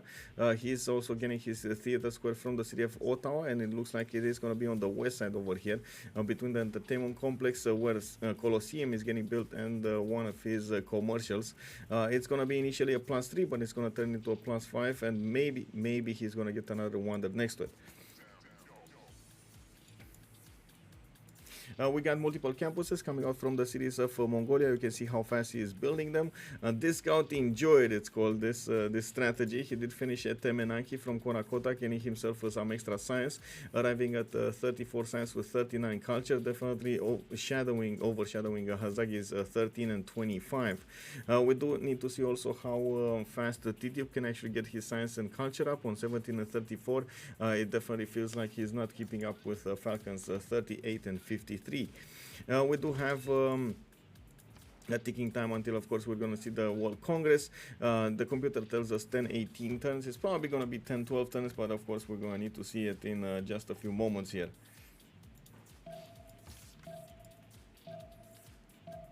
We do need to see also what kind of city-states are going to remain alive. Of course, we still have Anshan, for example, for the science. It's being held by Titiits. That is the opponent of Mongolia, and it looks like Anshan is also working on the city of Kopdo. That's a Mongolian city of 26 strength, and I'm pretty sure SandroGames is not happy about it. We do need to see if they're going to try to keep it or seize it.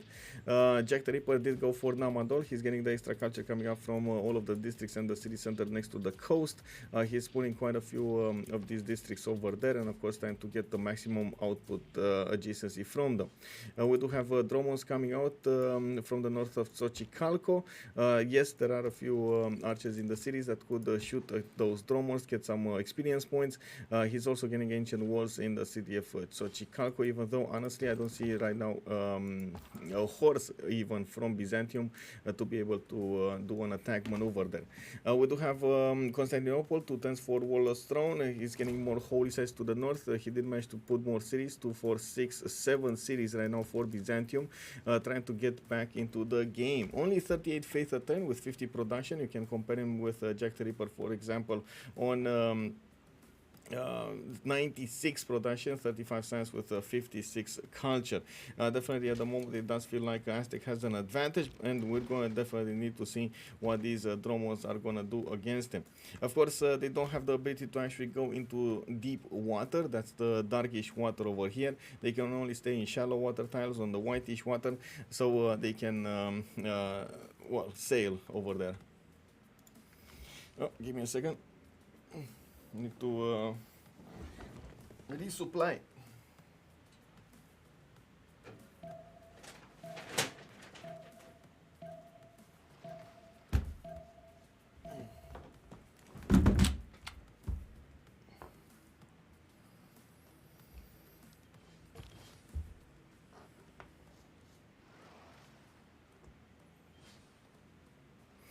We do have walls coming up in Xochicalco. He's going to try to defend with those. Of course, the Dromons are going to chew through them quite relatively easily, and we're going to need to see if that's going to be a good strategy for him to use. We're also going to need to see what Aztec's reaction is going to be over here to get units to push back. I'm pretty sure he doesn't want to stay in this situation, which is constantly push, and he needs to get more units out so he can defend against this. He is probably going to prefer to go on the offense and find a way to push and disrupt Basil on return. We do have holy sites coming out from Thessalonica. Looks like we're also going to see some monuments over here, and I don't know why I'm getting that. Oh, okay. Sure, we do have actually Kobdo under siege by Anshan. Just a few moments, because as you can see over here, Mongolia did get a few horses there with the general, with Hannibal Barca, and the pushback against Anshan. And Kobdo is saved. Woo, woo! Yay! We got Kobdo saved, boys. We do have Stonehenge coming out from Passagarde, of course, with 9 more turns until the next World Congress. Every player in the game will need to figure out how they're going to try to get their era score points so they remain in a golden age. I do also want to see what's happening here. Vietnam was thinking. We got a little birdie telling us that he was thinking about knighting Canada. It doesn't look like that's exactly what's going to happen here. He did try to put some pressure with horses, but that also revealed his hand. What he did when he did manage to get Jerusalem is actually get some positioning over his opponent over here.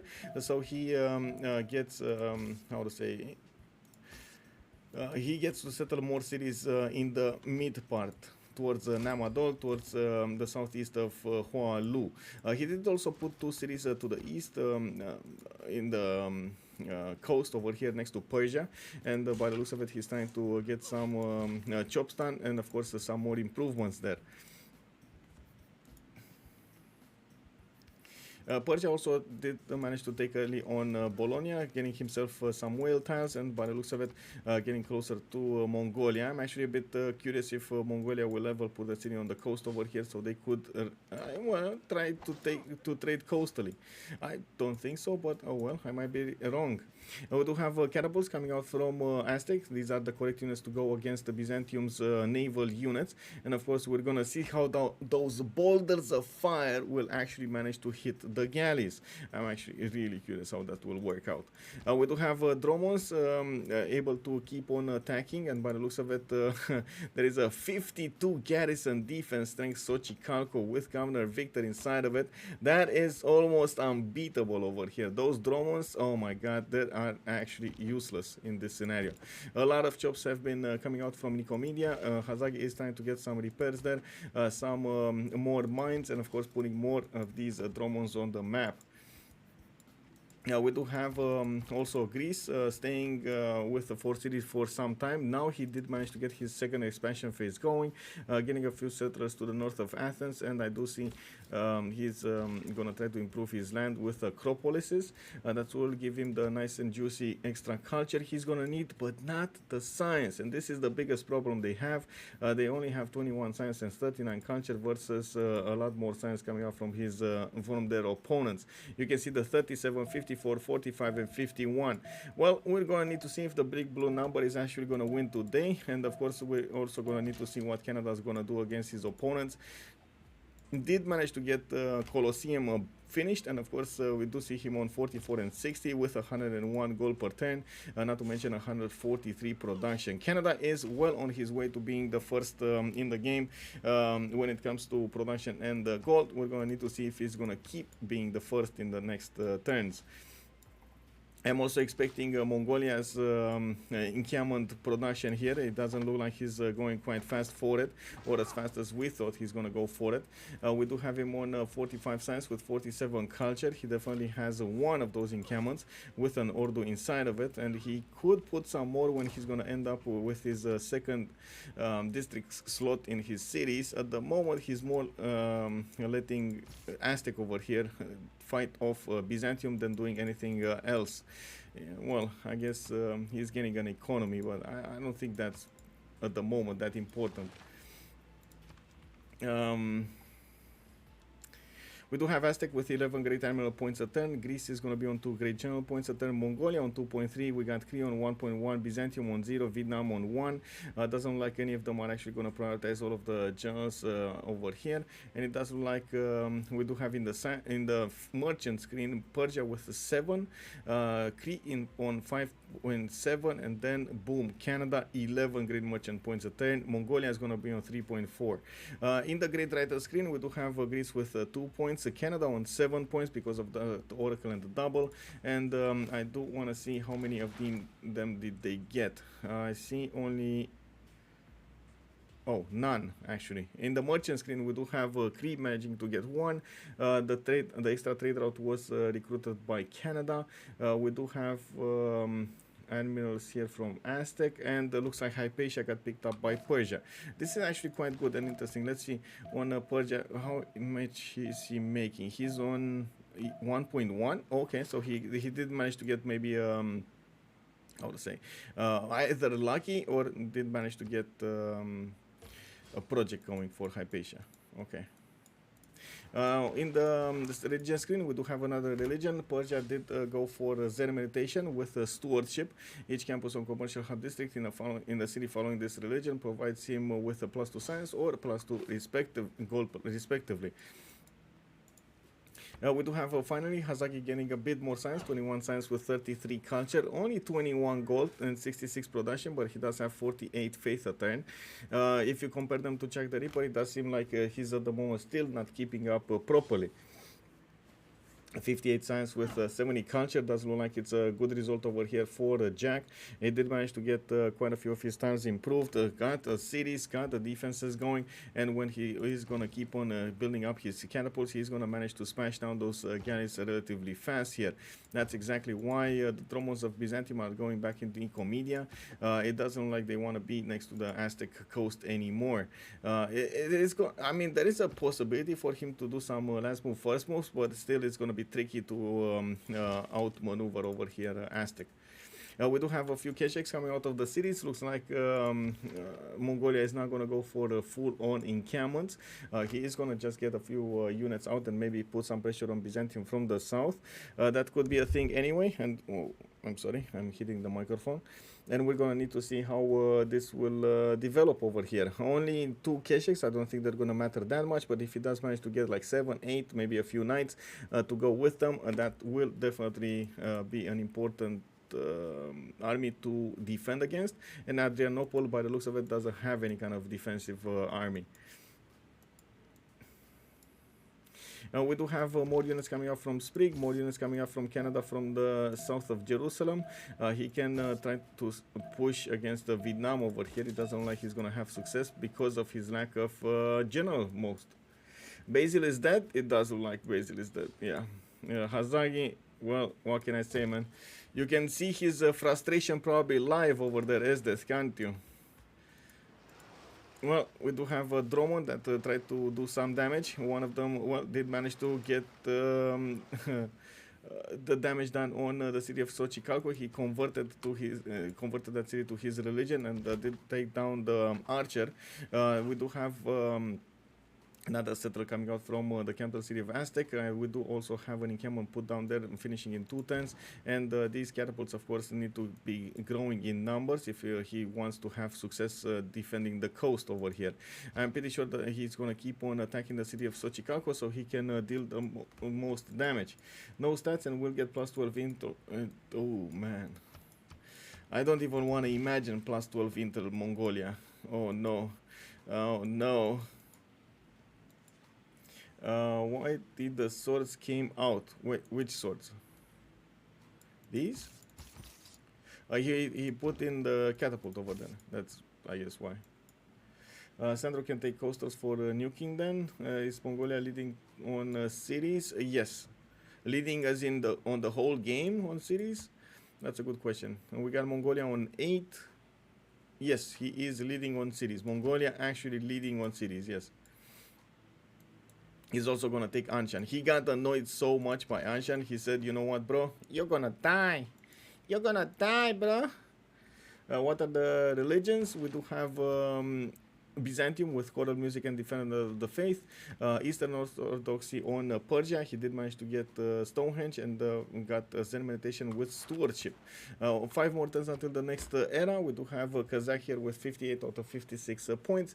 Falcon looks to be in trouble. He doesn't have that many era score points and he's going to need quite a lot of it. Trying to get Statue of Zeus, and he is going to try to do that night attack he talked about. He does have quite a few of heavy chariots. 1, 2, 3, 4, 5, 6, 7, 8, 9, 10, and of course he's gonna need to get the era score to go with it as well. Maybe he doesn't want to do the era score. Maybe he just wants to get the Dark Age, even though honestly I think he's gonna miss that also. SandroGames is 1 point away. I think he just got a Keshik, so he got the 4. Oh, okay, so he got the 4 points. Looks like at the moment we don't have any extra intel from him, but again there could be some extra intel gathered if he does manage to get to printing, and he should be going towards printing. Why is he not? He's going he's going towards printing. He's going machinery. Of course he's also gonna need to get a spy in and the opponent city, and Korakoto is the one that does have his Gavron Plaza. At the moment he doesn't have a monarchy, so I don't think he divine right, I guess, and I don't think he has the option to get that Gavron Plaza, that intelligence agency.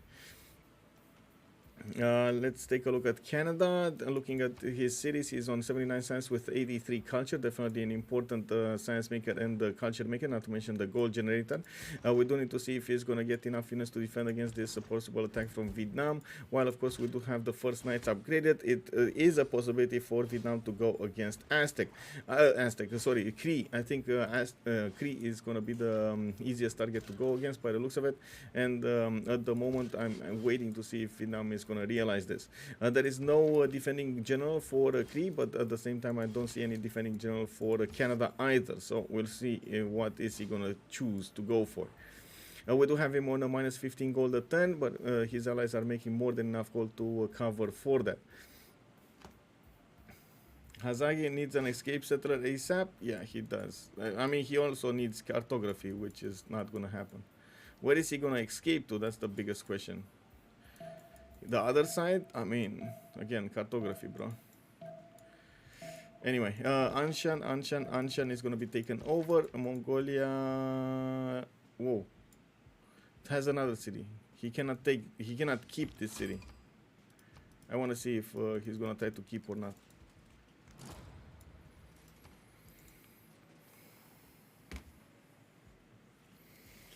He's planning to kill Bandar with Lahore units. Pulp giving us an insight of what's going on over there upstairs. Let's actually see Bandar, Lahore. Okay, so we do have Lahore over here.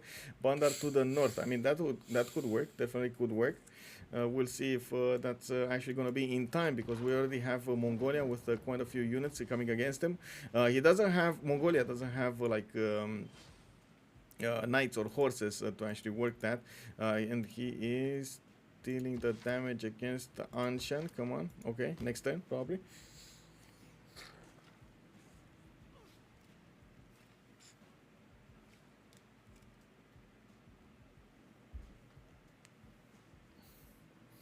We'll see how that goes. We do need to see also in Canada's land if those knights are going to start moving. It looks like Falcon is definitely making a line of units to the west side over here towards Miki Sivwachik and Pashkov Ashik. At the moment there are no, or I should say not that many strong units coming up from Cree. We don't have that many archers either that could turn into crossbows, and of course you do see that Cree is trying to get more science up. Sprig is on 59 with 61, 43 gold a turn with 131 production. These knights will manage to get there relatively fast, and of course Vietnam does have a general for them. Trung Trak is there, and you can see the 60 damage per 60 damage attack against the horses. 48 is definitely much stronger. Of course, I do have to point out Vietnam cannot actually keep on defending against 3 versus 1 if he just stands still, because his opponents are gonna outsim him at some point, so he needs to do something right now, and that's exactly what he's doing, moving.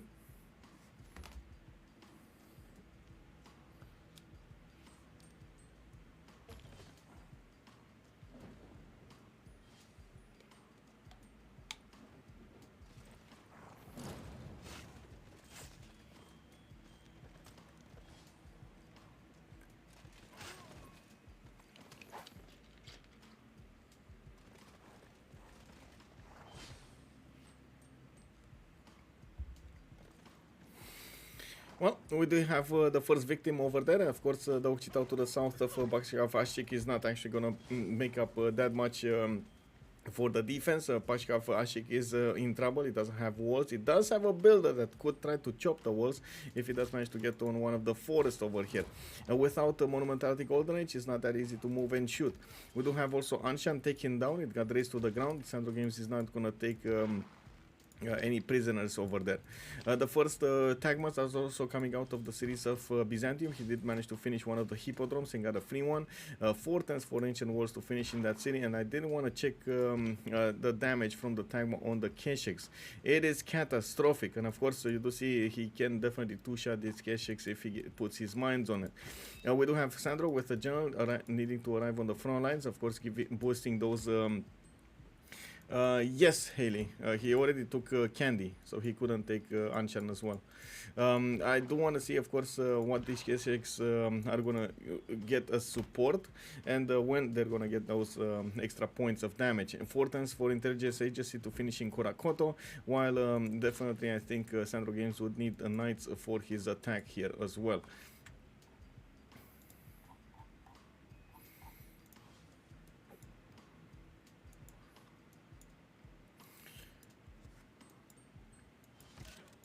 Okay, we do have more knights arriving on the series of Cree, and by the looks of it from the South, Canada is not going to be faced by this attack at all. He does have multiple units that can turn into men-at-arms, and he does have the science with the gold. The problem is over here is how Cree can actually get the defense going. It does look like his city of Pashkov Achik is probably going to be the first victim. The knights alone don't really have the damage, but they can, as you can see, easily put it under siege.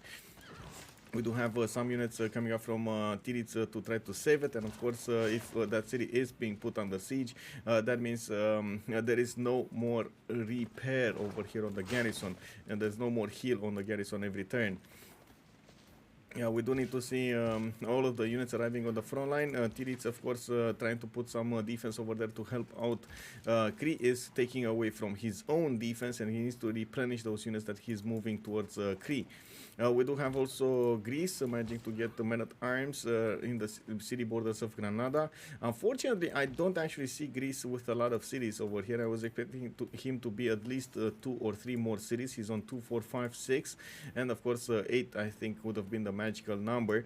He did try to go higher in stats, of course, with Falcon next to him getting so much culture and science.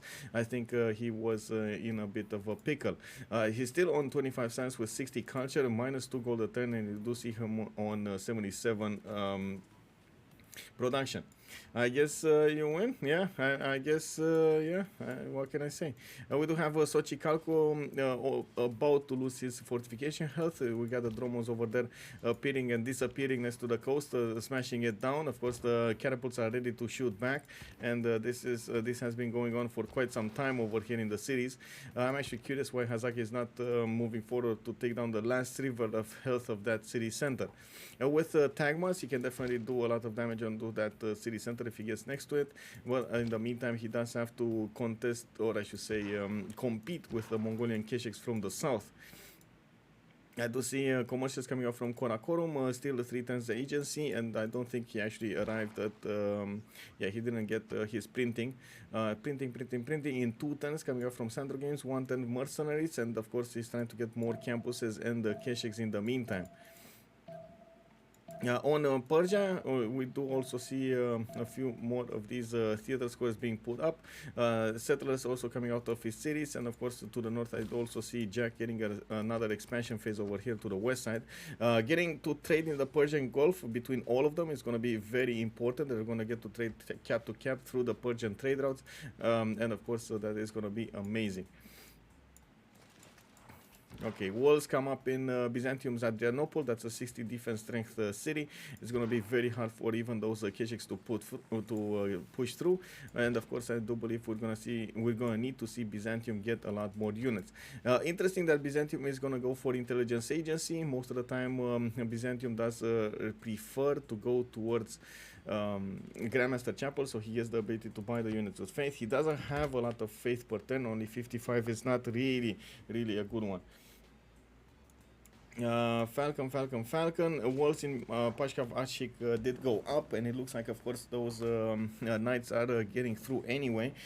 Without catapults, it's going to be very hard to actually push through the remaining defenses. You can see the knights are taking considerable damage on return. They do have promotions, and of course, they could definitely try to get some pillages going into this city. And now with some spearmen defending the north of Mikisivachik, it's going to be quite tough to actually go through.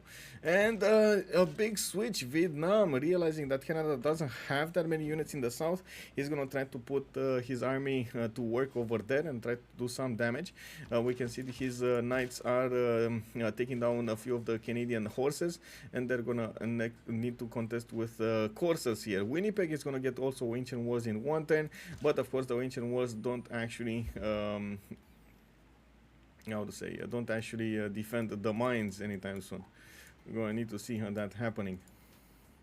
Defender of the Faith is fun and interactive. Yeah, well, not so sure what the Defender of the Faith has to do with this.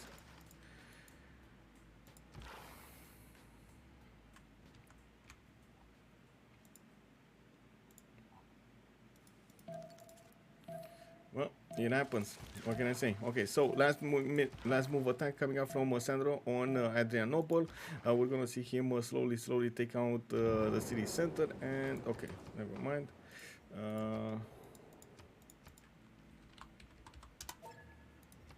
Let me see. It's gonna be minus 50. I go 8, by the way, and let's go that military.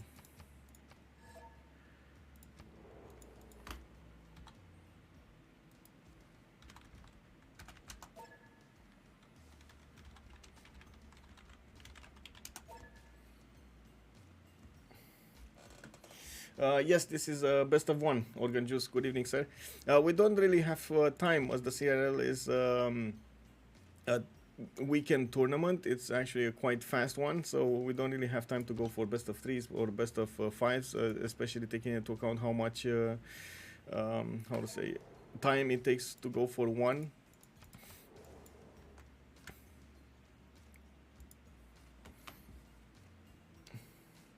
Yeah, exactly. It's an Olympics done in a weekend, basically. Well, what can I say? If it happens, it happens.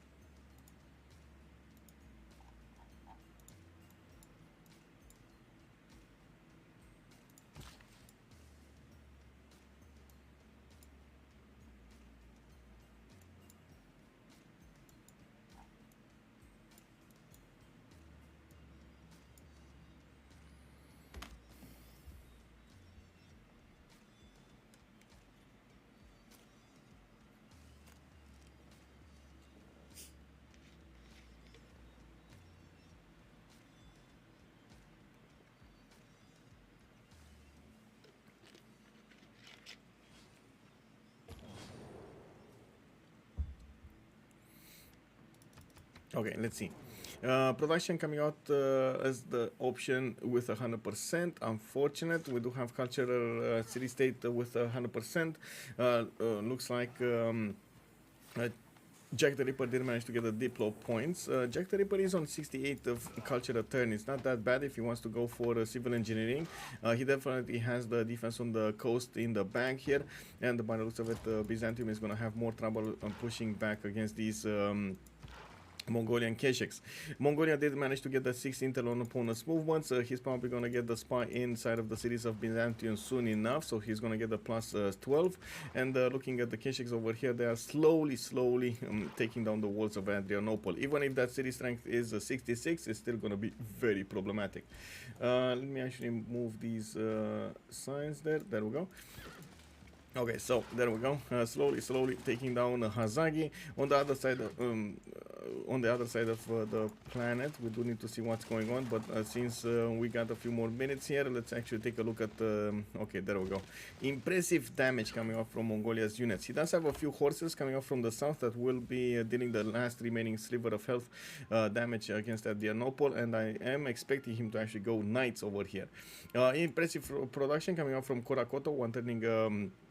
Market. He's gonna get also a few more commercials for the extra gold, not to mention those extra trade routes coming up from the markets. Winnipeg is getting breached. We got Vietnam pushing in with his knights, managing to deal an important amount of damage against these units of Canada. Of course, you can see even the men-at-arms are having a bit of a trouble, and they are pillaging their opponent's lands and slowly taking them down. We do have heavy chariots, more heavy chariots coming up from Vietnam for the next wave attack. He probably gave out his iron, and we got a GG. Ooga Booga concedes the game. We do have the finals, the 4v4s being won by the Cars team. We're gonna need to see if they do manage to keep their win and keep their advantages in the tournament over here. Definitely, this gave them so much of an advantage here. So that is it, boys. Oh my God, that is quite something, GG indeed. Everyone is going close quarters combat. Yeah, close quarters combat. Yeah.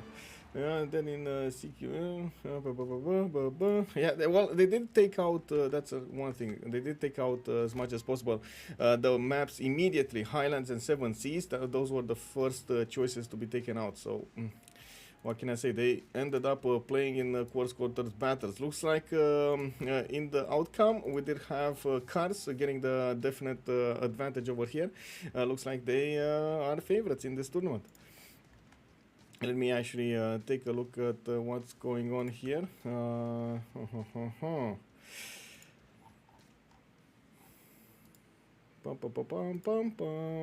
Okay. I do have to thank Golden RPG for putting up the game, of course, showing up over here as the second caster, or keeping the second slot for the casting. I do also want to point out we should have, if you do have an AI caster in the game, as far as I've seen, it does vote A, so I just vote B, and of course it will nullify the votes anyway. There are okay, there's a 2v2 final also in half an hour. It looks like Cars and Ooga Booga are going to be delayed a little bit. It's fine. I mean, it should have started at 10 minutes ago, but it got delayed, so this game will finish. I'm not so sure if I'm going to get another game to stream today, but of course I do want to say thank you very much for showing up over here, and do hope you guys enjoyed the CRL tournament. We did have quite a bit of action in the games last night. Oh my God, it is so awesome to actually see how to say see the boys over here in real life getting to talk and getting to debate what they should do, what they shouldn't do. Yesterday they were sitting around, all of them, they were sitting around the PCs and looking at backs, like VODs, videos on demand, to see what they messed up, what they did good, how they did, how can they do better, and so on and so forth. Quite a few stories were told, and quite a few things were how to say realized here. Unbelievable. I do have to say, of course, we're gonna have a session right now of raid, so we get to do over here what needs to be done. Let me actually take a look if we do have how to say We do have more raids to do. I need to click on desktop. I think I need to close the teams here and then click on desktop. There we go. Pam pam pam pam pam. Okay, okay, quite a few. Oh, I got a daily something over here. Day 3. Pam pam pam. Okay. Progress mission available. Keep progressing to win rewards. Okay, very nice. Yeah. I mean, yeah, sure. Whoa, so many of these that I need to claim. Oh, yesterday I did manage to get a lot of coins to actually use this. Let me actually see if I can get this going. Okay, let me see. What's the tavern doing? You can sacrifice weaker champions to gain XP and level up quickly. Oh. Leveling up increases a champion's stats, making their skills even stronger. Really? I mean, I do have very bad ones, so might as well put them. Okay, okay. And this. And this. That's it? Okay. And where does it give me the XP? I mean, I see it. Oh, I see. It puts it, but I don't want the ranger. Oh, I see. So, it's this. Let me actually get this, and I put this and this and this and this and this. Okay, and it levels up to 13. Okay, sure. Yeah. Okay. Let's do that. Easy peasy. Easy peasy, boys. What's with the skills over here? Skills is the key to maximizing a champion's effectiveness. Upgrading a skill can improve its strength, such as heal or attack power, or even its buff or debuff activation chance. You can upgrade a champion's skills in 2 ways, either by sacrificing duplicate champions or by using skill tomes. Skill tomes come in 3 different rarities: rare, epic, and legendary, with each able to upgrade the skills of different rarities of champions. Epic skill tomes can upgrade uncommon, common, rare, and epic champions, but won't work on legendary champions. So basically the legendary champions are legendary anyway. Skill tomes are extremely rare, so don't waste them. You never want to use a legendary tome upgrading a rare champion. Okay.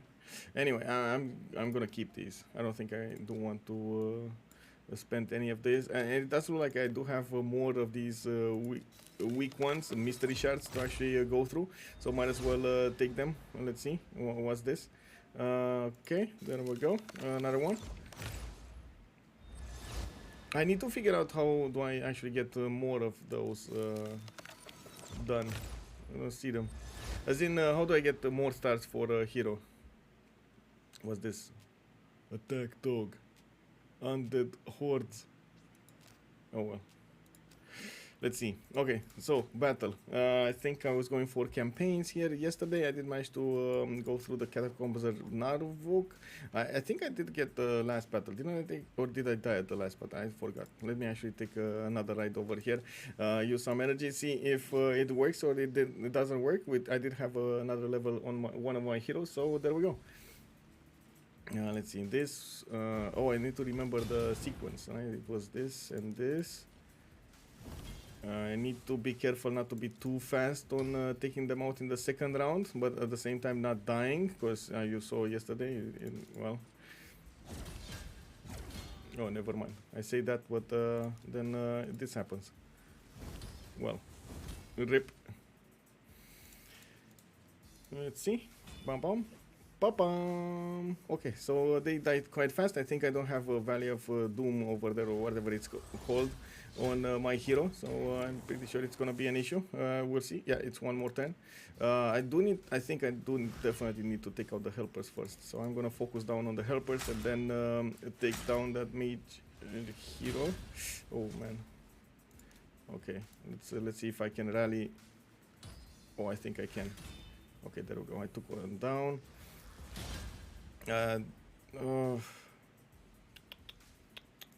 Okay, let's try a little bit of heal. I'm actually a bit worried because I might use that heal for nothing, just because it's that weak. So it's kind of hard to actually sometimes decide if you want to go for the attack or getting the more attack speed rather than the heal. Yeah, there we go, that died. Unfortunate. Anyway, I think I have enough strength to actually push through this hero anyway, so yeah, there we go. It's fine, it's fine, it's fine. Oh, I got a undead hordes, whatever it is. Okay, and I got finally the level up on this guy. Okay, so let's see what's next. There was another catacomb. Oh, this one. Oh, right. This one was the one. I totally forgot I did go for this one as well. We're gonna need to see if this is the correct one, the powerful one.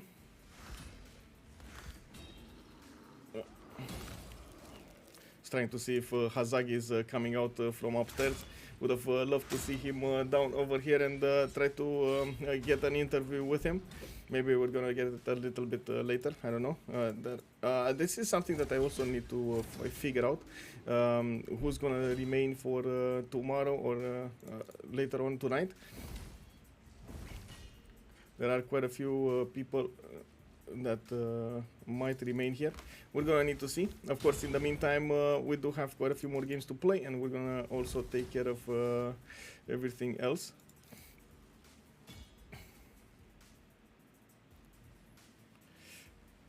Okay, another level on the level 3. Ho ho ho! Very nice, very nice. What is it? So I wanna see the battles. I wanna see the production. Oh, Durham Forest. That's why. So I need 1, 2, 3 to actually get to the boss. Okay. Okay. No losses. I do need to get them the full stars over here, and this is, I guess, one of the challenges that I'm gonna have to go through. The good thing is I can do them over and over again, so at least that's not a problem. My worry here is to not get damaged that much, and I do want to see how can I actually make those equipment points better.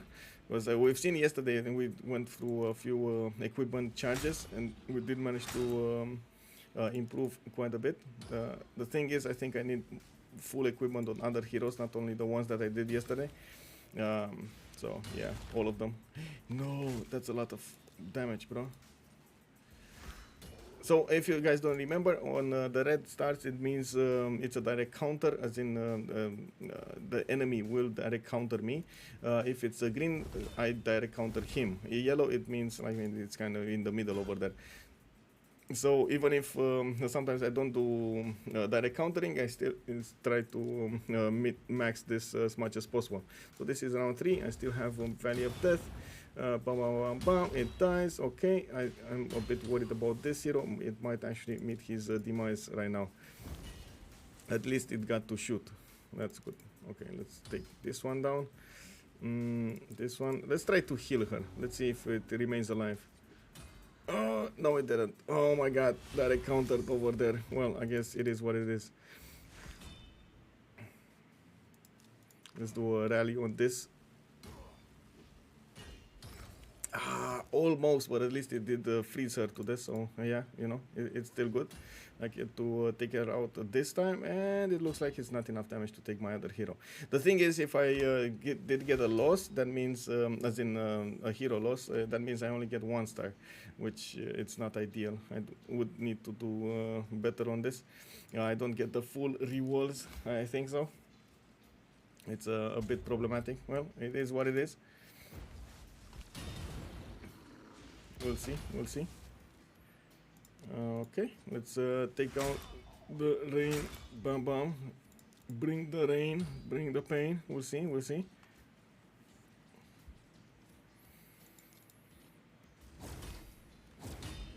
Okay, and this. And now I think I can directly counter this big guy. This was the one with the ice last time, so yeah, there we go, it died. That did so much damage against me, so I think prioritizing against him is a good way to go. Let's see, what do we have here? This.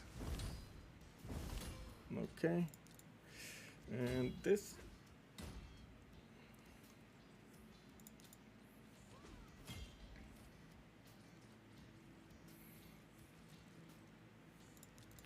Okay, so didn't lose a hero, but I do have one more round to go for. Let's see if this is gonna be enough. I hope I'm not gonna take a lot of damage in return. These are 14 strength heroes, so it's tricky. It's definitely tricky. You know what I'm gonna do? I'm gonna go for more attack. Bless weapons, increase attack. Okay. Oh no, bro! Oh my god, it died. Oh, I don't think I could have prevented that though.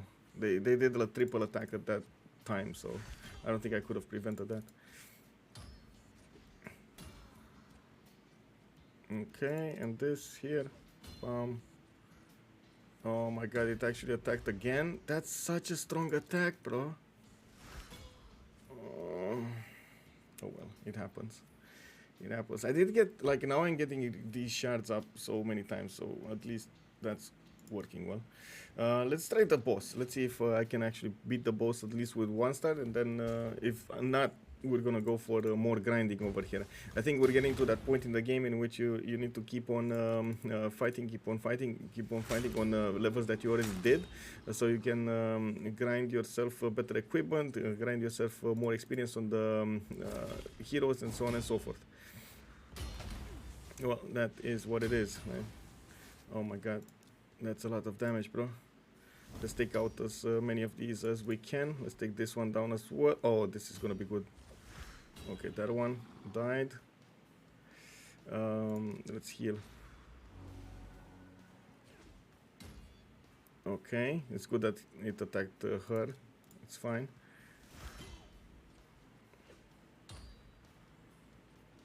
Okay, it's fine. Should be good. Should be good. Take this down. Bam, bam, bam, bam. By the way, if you guys don't know, if you do want to play this game, you can definitely play this game by !raid using the code over there. And I understand you do get a good hero if you do log in for like 7 days. So, what can I say? Go for it.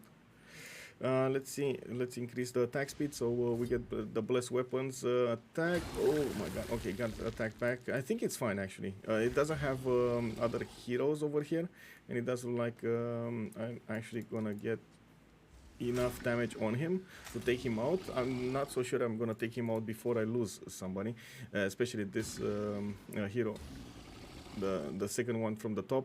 I don't know how she's called, but I guess at some point I'm gonna figure that out. Okay, let's see. Pam pam pam pam.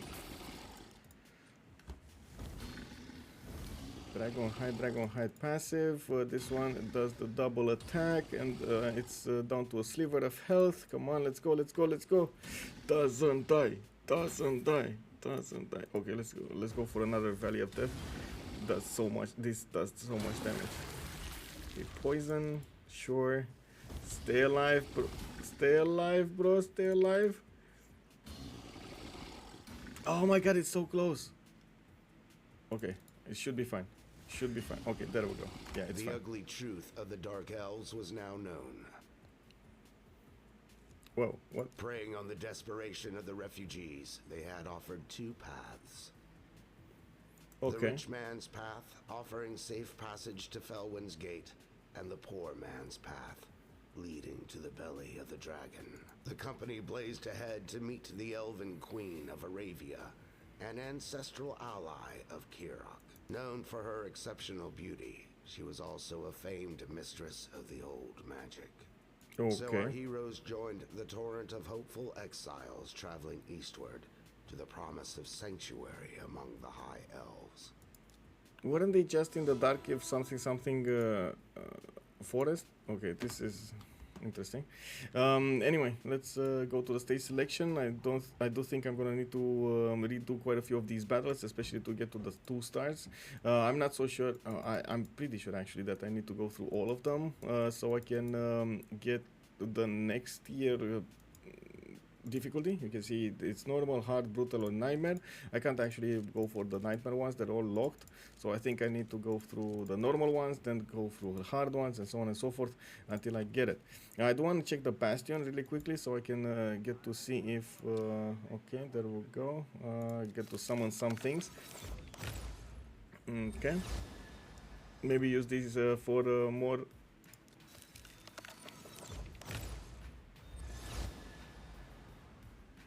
Another one of these? Oh my god, I got like 3 of these. I'm gonna need to sell them, like really, or like convert them or something, because they make no sense right now. Do I have? No, I don't have any more. What is it? Tavern, I believe, right? Select a champion. Let's go for this war priest, and let's put this. It's gonna be on level 5, no? Ah, really? It's not gonna go for level 5? Oh, I guess I can put these. Okay, there we go. There we go. So these level 1s are really quite poo-poo.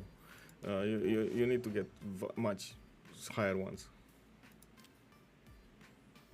Okay.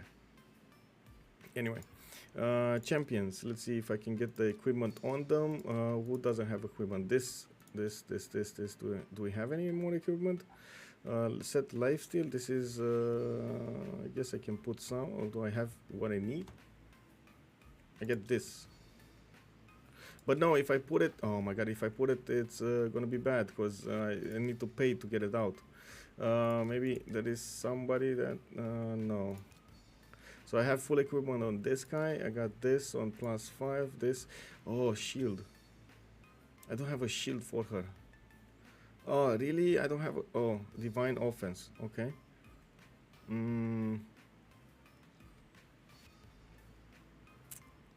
Oh man. This is problematic. Like, what's this? Dark Chaos, Secret Order, Defense Tank. Okay. Oh, I can actually put these. Okay, interesting. Or orcs. Yeah, sure. Oh, I need a level. Oh, how do I upgrade to level 4? Champion 4. No. How do I upgrade to level 4? Hey, Chingo. Good evening, sir. How are you doing, man? How do I get to level 4? Is at a tavern. If I select this, does it upgrade skills, upgrade rank? Okay, this one. When a champion hits the maximum level for their rank, you need to upgrade their rank to keep improving them.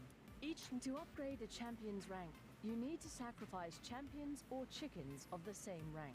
Oh. The number of champions you need to sacrifice depends on... Oh.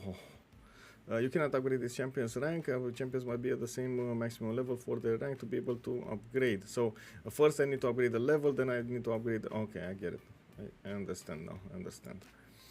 Do you know how to figure out the equipment stuff? I'm trying to figure out the equipment stuff. I think some of it I understand, some of it I don't. Especially like. First of all, I did figure out something. I need to be careful to put the right equipment on the guys, so I don't need to take it out, put it in, take it out, put it in, because of course it is gonna cause quite a few issues. Oh, I got a shield. Okay, interesting. Because it cost me like to actually get it out of there. Yes, I know I do have right now a lot of coins, but yeah. Oh, hey, good morning then. Good morning then. Well, get some coffee, get some energy into, you know, yeah, everything is good. Okay, let's go for some more battles over here, because I think I still need to keep on taking on the battles. Looks like wait, why is this 1 star? Oh, did I lose a few? Oh my god, I need to get it to the 3 star. Okay, so 2 heroes. I need to do 2 heroes. To win with the 2 heroes, not lose any hero, to actually get a good victory. Easy peasy. I should be able to take them quite easily. So the number next to the titles on the right is how many pieces of that set you need to have on a warrior in order to get those abilities. So it's not like interesting. It's not. Wait, is the number of the stars or number next to the titles? Okay, I'm gonna need to actually look at it to see what you're talking about. It's not the stars, right? You're not talking about the stars. That's like the level of the equipment, I believe. Like 3 stars, 4 stars, 2 stars, and so on and so forth. Okay, so I'm getting this. Bam. Okay, easy peasy. Now I got the 3 stars. Okay, perfect. So let me actually take a look over here what you're talking about. It's this one. No, it can't be this one. Which one number are you talking about? No, so no, not the stars. Okay, so 4 stars is 4 stars. I do have this one +6. +6 is of course Stars is just the rarity. Okay, it's the level I upgraded it to. So for example, this one I can upgrade it a little bit more, and I'm gonna get my like more bonuses, right? See set life in the middle. See set. 1 second. Let me actually finish the upgrades here. I'm gonna take a look at that. See set life in the middle. See set life in the middle. Set info. This one. Set life. Set life. Huh? No.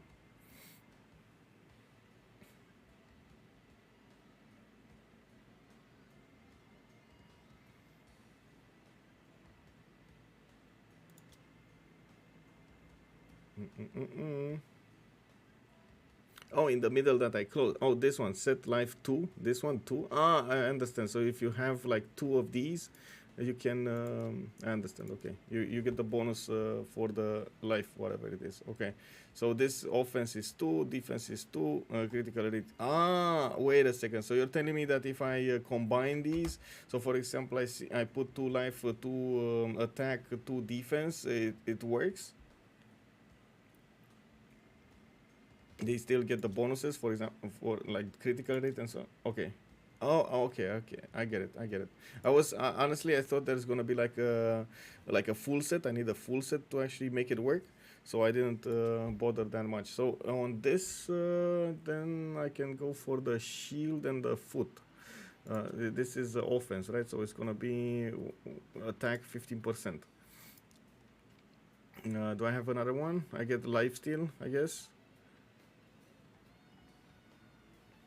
Okay, let's see. Let's go and equip this and upgrade it a little bit.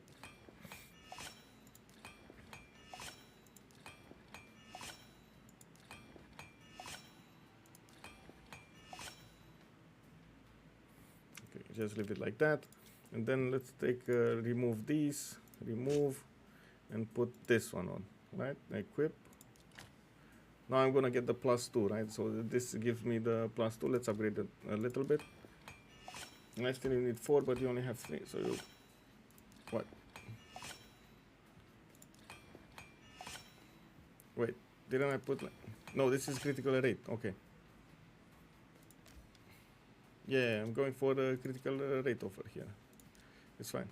Life steal. Oh, you're talking about this one because I need 4. Yeah, I only have 3. Yeah, this one I'm not gonna do. Divine offense though. I do need the divine offense. I was thinking maybe on this guy to put a divine offense, but I'm gonna hold off on it. I guess I do have over here 2 more slots, and I think I can use the critical rate. This one, the helmet, and I can use the thing. Okay, let's go for the upgrades. How important it is? Well, I guess it is important, right, to get the artifact upgrades over here. Get them to like level 4 or level 6. Oh, there we go. I got like 6 more defense. Let's go for level 8 because I should get them. Just an example how you get something. Okay. It works.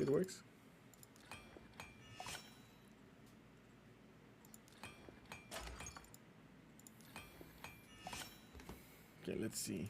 What is this I need to equip. Okay, bam. And now I need to upgrade the gauntlets. Okay, what is it gonna give me at level 4? Speed +2. That works. You know, it makes sense. You get more gloves, you get more speed. Let's see at level 8. Fail. No. At least I have a lot of coins. I'm not worried about coins anymore. I was worried at some point. I'm not worried about the coins anymore. So attack 8, speed 2. Okay, that makes sense. Let's see. Let's go through the raids over here really quickly, so I can finish those 3s. Let's go with this. Not this. This. Yeah. I believe it has a couple of years since I've. Okay. I mean, I played a little bit last year, but haven't played since. So let's see this one.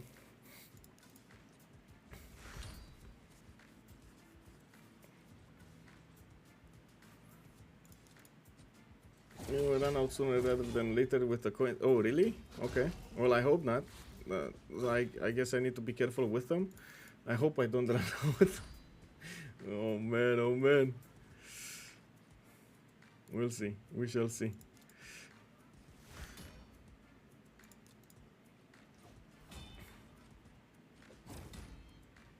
I believe I have more than enough health to go through all of these with 2 heroes. I guess it does make sense to actually go for the 3 stars and get all of the good rewards for them. I get some little experience from them anyway, so might as well. Oh, no, no, no, no, no, no, no. Okay, there we go. I need to start with less champions, right, to get the 3 stars. I believe you get the 3 stars only with 2 heroes, right, if I'm not mistaken. You think you have a lot, but it isn't even close with what you need once you go up in rarity of heroes. Ah, I see how it goes. Okay. I mean, you need to grind them down, right? You need to grind that coin. And from what I've seen, most of the coin income comes from missions. So you kind of need to run those as well, as much as possible. Honestly, I didn't actually focus down the missions, so I'm not so sure exactly what I need to do for them and so on and so forth. Okay, so I got more of these, whatever they're called, stage selection. I got 2 more. Okay, I got 2 more. Yeah, 3 stars is a lot better. The way I played, I only went on the next step when I had 3 stars from that one. Yeah, exactly, basically. That's what I'm thinking as well. I might as well spend the time to get everything done.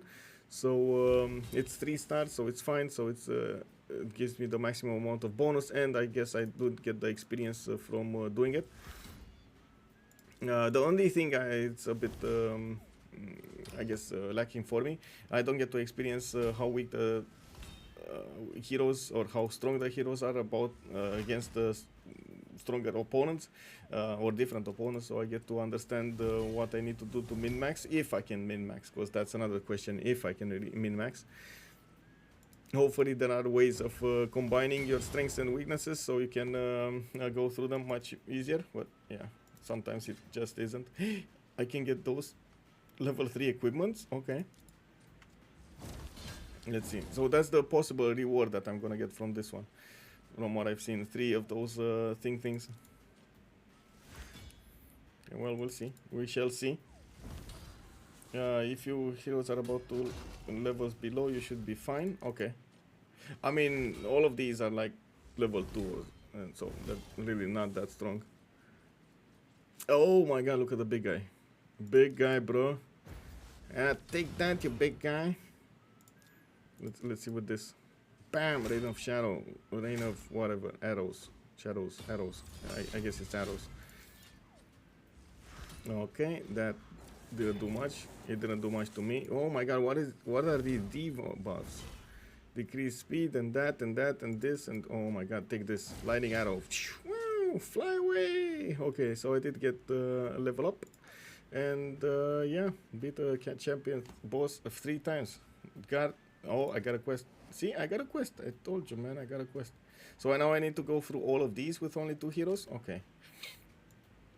That's gonna take a while. Let me actually take a look at the thing. What is the quest? The quest thing. Okay, claim. I got a few more coins. Missions. Oh, look at this. 20,000 coins. Amazing. 20,000 coins. Bam. You know, I got my coins back, bro. What is it? What is this? Oh, I need. Oh, I stay interesting. I get the more rewards the more I play. Interesting. I didn't even realize I played like for 20 minutes. Interesting. Like if you want to level up your 3-star heroes because they will be around longer than your 2 stars, because I think the max is 5. Okay. So wait, I mean, if you're here about to level, then you should be.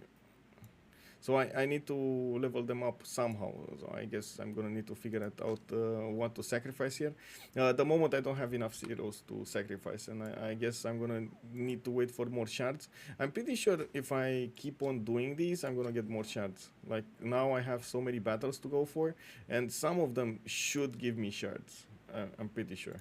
Let's actually take out these heroes and see if I can do it with 2. I should be able to do it with 2. I do have, at least on this chick, I have these areas of attack, AoE spells. It shoots everybody, so yeah, works. 1, we go for 1, They're only, again, like level 3s and level 2s. They're not that strong, these heroes. These opponents of mine.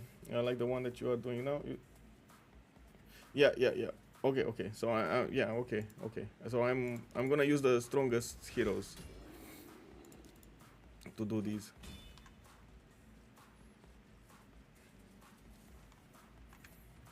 Got it. Okay, let's finish this. Fatality. Oh, new champion. This is going to the sacrificial chamber, I'm pretty sure. Okay, let's go next. The sacrificial pit. Oh, I think I did a boo-boo. I don't think I should have done that. No, it's fine. Let's go for this. Oh man, these are strong.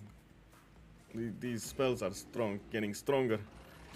Oh no, I got attacked. No. You go down, bro. And now I can't shoot with the light. Oh, I can. Perfect timing. Bam, bam, bam, bam, bam, bam. Anyway, there we go. We got more shots. There we go. We got the level up on her. 18 and 18. Perfect. It isn't about the level of the enemy. It's about the XP that is gained. Oh, okay. So I need to use the 3 stars so I can get more experience, or you're talking about leveling them up so they're stronger, like getting the experience on those rather than on the weaker ones. So many things, you see, there's so many things to find out on this game. Unbelievable.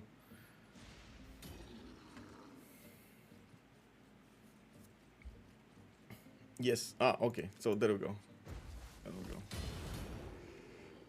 I was thinking of that. So I got another one of these shields. Maybe I'm actually gonna get one of those. Oh, this is offense. This is the attack speed. Okay, I mean it's fine. Attack speed is fine also. I'm gonna need if I remember correctly, I need a life steal. Another one for the life steal, right? I needed 4 and I only have 3, so that's gonna be important. The next step in the evolution of my heroes. Let's take this. Pow. Pam. What do you mean alpha? No, you're not an alpha. Take this, little alpha. See, I told you you're not an alpha. Bam. Strong. Yes, strong. Strong poo-poo. Well, that was fast.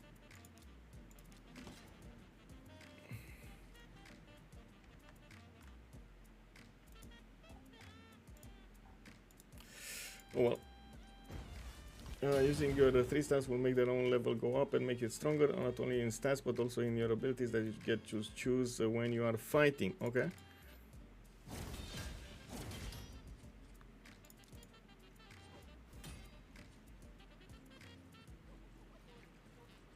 Okay, so let's see if I can get this faster. I don't know why I attacked that one. That was like the least, the one that I shouldn't have attacked. But anyway, it's fine. They're barely scratching me at this point, which is good because I'm gonna get them fast. Dun, dun, dun, dun. I don't know why I didn't. Getting defocused over here. Need to focus. You know, sometimes in the games I do try to get new things. Oh, I just saw Felix walk in the club. I do try to try out new things just because of I get bored of doing the same thing, like clicking the same buttons in the same order. So sometimes I don't know. I just wanna diversify a little bit. The same happens. Literally the same thing happens in every game that I've seen. Even in Civilization, I know what to do. I know that I have to do it in a certain order, and still I at some point try. Oh, but what if it's different in that way? Just because of the sake of diversity, not really an actual reason. Your level 19 hero is actually a 2-star. You can tell from this view because of the color of the box with the title number inside of it. Oh, with the blue box, you mean? Okay, interesting.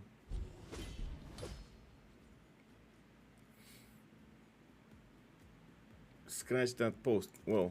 Okay. I mean. Oh, okay, okay. I'm sorry. I didn't see that. So 3 stars, 3 stars. Sure. I guess you're talking about these guys, the 2s, the 2 stars and the okay. I guess that makes sense. Anyway, let's finish this. What do we have? Really quickly, Valley of Death. In the Valley of the Shadow of Doom.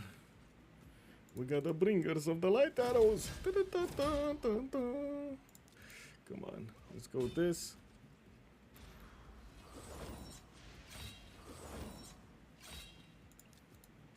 No, the boxes are colored that way because of the type of hero they. Oh, I see. So it's a type of hero. So I guess I'm gonna need to learn these to see what hero is what and see what I can do with. Okay, okay, that makes sense. Oh, this is the big one. Let's go for blessed weapons. Increase attack speed. Frightful claws. Attack. Captain Planet. Away. Bam. Bam. Pow. Pow. Pow. I do really need to upgrade that spell, by the way. The how to say heal spell. Anyway, I guess right now I'm more on the other side. I'm improving everything else, the damage and everything. Okay, so I got 2 full with 3 stars. I get to collect more coins. 25,000 silver. Oh my god. Okay, very nice. Why is this Dunham Forest with? I lost heroes here. Yeah, I lost heroes here. Oh, that's a big boo-boo. Let's see a bit. You know, I need to see. I need to see what's in front of us. Felwin's Gate. Let's see. A multitude of half-starved refugees. No. Human folk, lizard men, elven, the many peoples of Teleria, all camped in the frozen mud outside the battlements of the Great Gate, now barred. Ogren and Skinwalker guards were denying them entry, telling them to clear off back to their homelands. Okay. The company agreed to force their way through and unbar the passage. Whoa, these are 3 stars, level 10 3 stars. This is gonna be a problem. I don't think I can beat these. I'm still gonna try, but I don't think I can beat these. I only have like 2 3 stars. So let's see. I do need to get this combination going. Honestly, I have like really big doubts that I can beat these. Let's see. Let's go for this. Ah, okay. And this. I am gonna try them. I am gonna try them, bro. Man, I believe the mighty Jingles had a saying about this. Check these scars, you know. So let's go, bro. Banzai! I froze him. Let's see this one. Rally! Let's go. Take him out. Okay, there we go. Bam! And this guy is frozen, so he's not gonna get to move. I'm gonna get to shoot them.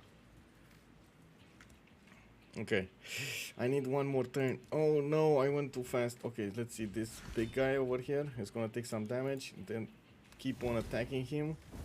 Okay, stomp. Oh shit. No. Damn. Oh man, that's bad. No. Now, why do you get to bully that girl? Why do you do this? Okay, at least one died. Now I get to shoot this. Misclick. Yeah, exactly. Misclick. What can I say? Oh man, that's a lot of damage from these. So much damage coming up from these. At least it died. Okay. So I did manage to get the win, but it's only 1 star. That's unfortunate. Oh well. I also leveled up. What's this? Okay, let's go to the champions and maybe improve some of the things. Can I do the same thing with the weapons here? Can I like upgrade them? Why can't I put whatever?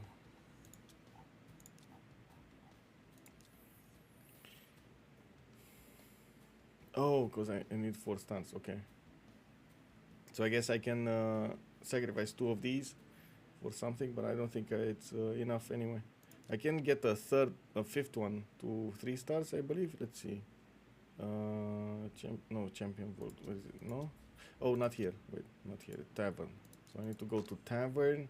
I put this guy in, and then upgrade rank. You cannot upgrade this champion's rank because I need to maximum level him up. Oh, so I can only upgrade these, but this is not maximum. What is maximum? Level 20? Is that a maximum? No. I don't know what is the maximum. I guess I need to keep on doing it to see what's the maximum. Oh, I need a forged one. Oh, the forge is for the weapons. Okay, I got it.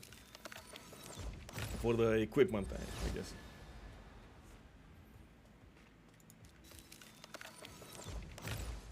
That makes sense.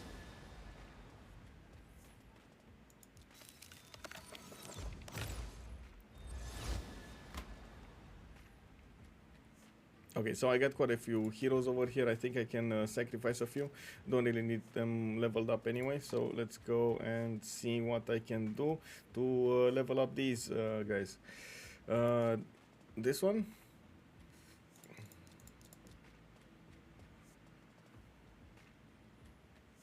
Goes 1 level up. Sure. What are these brews? Oh, I can actually.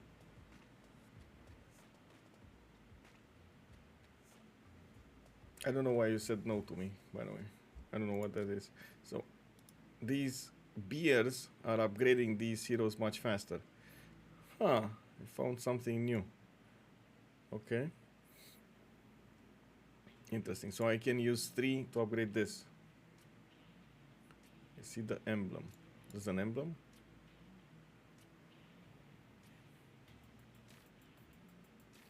What emblem? Oh, this one? The 2 stars on the emblem? Or what?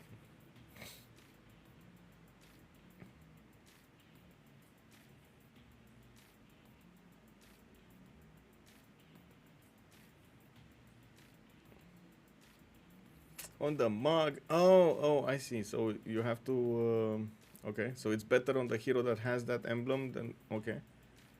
Okay, Trojan, thank you. Look at the picture on the left. Okay. Oh, this you mean? It's better to upgrade these. Oh, I see. But I think I don't know about this one actually. This one is I see. So I need to use this to have him use them perfect, right? Okay, I see it. So this is more efficient, but you can do it with the other ones, but it's not as efficient as if I was do it with the emblem like this, right? Yeah, this one, right? This one.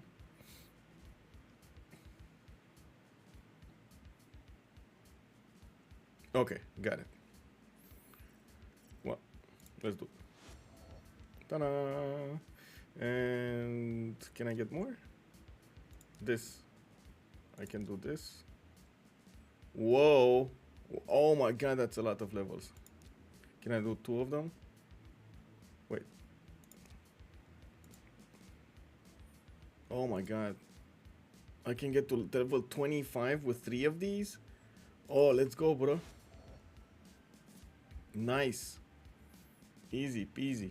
And I guess I have 5 more beers also. Nice. What's a guardian ring? Oh, this is another currency. I have no idea what to do with. Okay, so I'm gonna ignore that for the moment. I'm gonna go for what I know rather than what I don't know. Let's go for more of these. I collected more of these. Okay, let's go. Let's go, boys. Let's get some more heroes. When are we getting a match? We just finished the finals of the 4v4 team. I don't think there's a match right now? Let me see. Game reports. I see game type 4v4. They won that one. 2v2. Blah blah. Watch games. Okay, we got the finals. 2v2 CRL versus featuring Martin. Schedule. Let's see. Ooga Booga.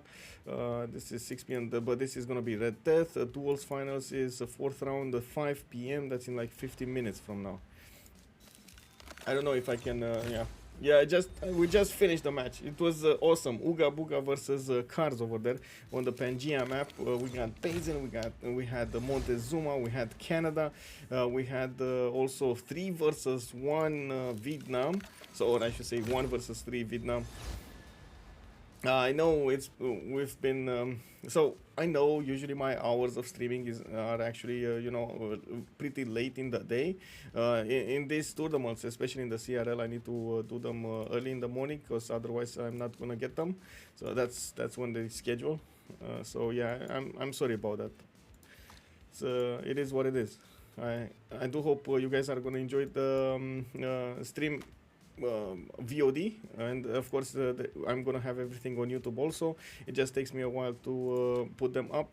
I think it takes me like around 2 or 3 weeks to get everything on YouTube properly. Okay, let's see if I can get these going.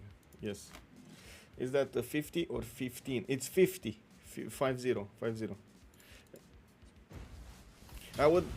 I would really go for something to eat though, because I didn't eat. I don't know if I can get that one.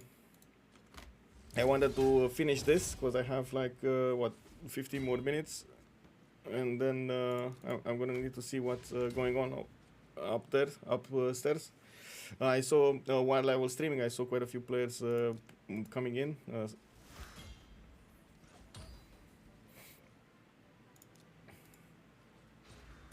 Eating is overrated. Yeah.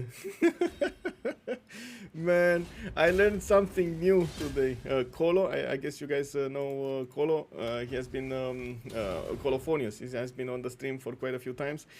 He has been the one calling out for tactical kebabs. Like whenever you need, you know, some energy in you, you just go for a tactical kebab over here at the train station and bam, you get new energy into you. Well, and to be fair, I actually like more the how to say, the gyros rather than the kebab, but it is what it is. And sometimes you know, you just gotta eat.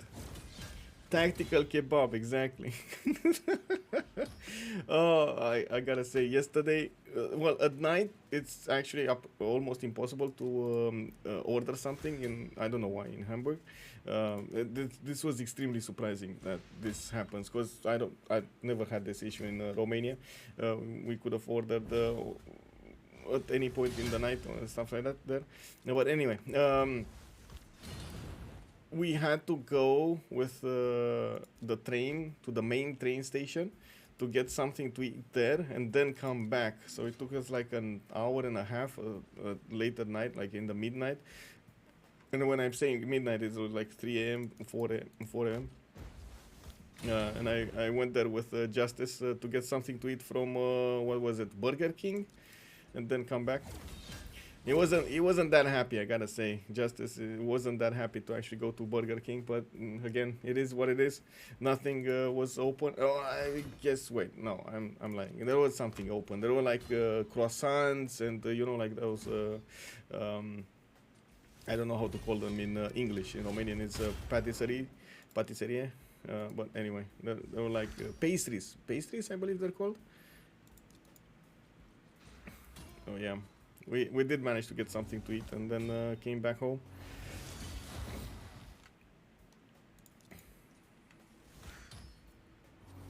The bakeries, yeah, the bakeries. This is why this event should be in Berlin. Would never have those problems here.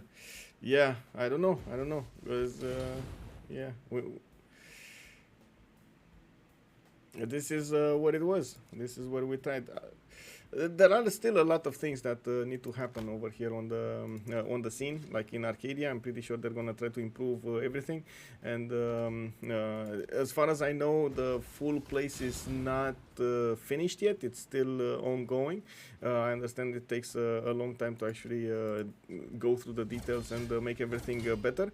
But I think when it's gonna be finished, this is gonna be an awesome project. It has such an insane potential to be awesome, so I want to stick by my claim that it's gonna be awesome.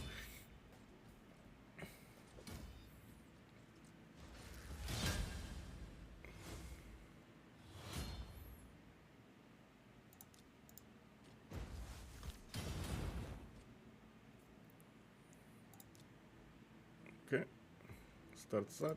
I think I have a few more of these, and that's it.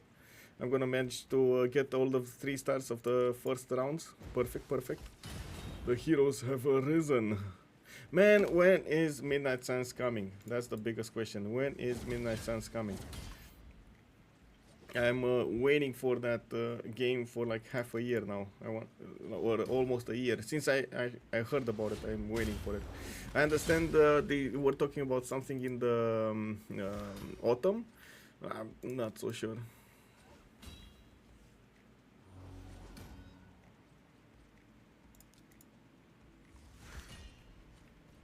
Okay, last round. Do I have the Valley of Doom? Yep, I do. There we go. Nice. Easy. I got another one of these. Chestplate defense. Okay, works. I'm actually curious of one thing. I do have that weak hero that always gets attacked. Maybe I should actually go for defense on it. But usually I don't like that. So I'm on the fence. It clearly needs more defense. I'm on the fence if I should go that way, because usually you want to increase.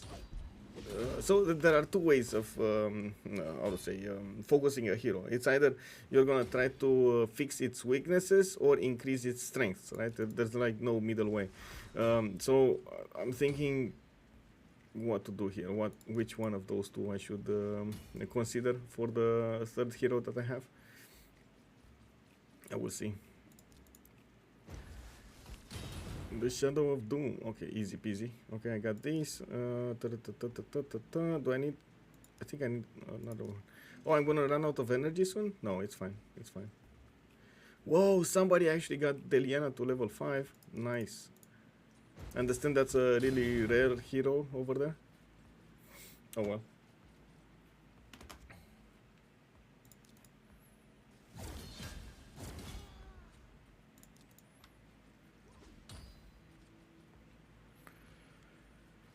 Okay, finally, the boss.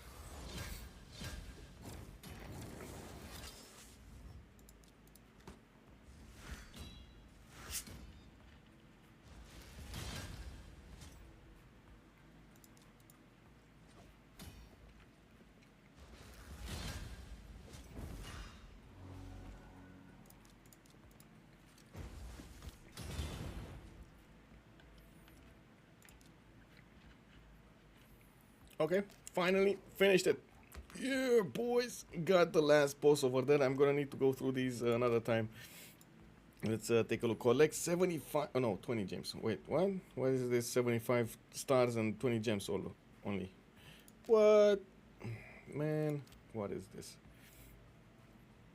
Anyway, I think it's time to go upstairs and see what's going on. I see also Pulp is over here at the reception. I'm gonna grab her and see what's going on with the boys upstairs. So this was it for today. I hope so. I mean, I don't know actually. We're gonna see when I do find out what's going on upstairs, what we're gonna do. Need to talk with the boys and see what they want to do, and we'll see. Thank you very much for watching, of course, the stream. Thank you very much for the follows, for the subs, for the support over here.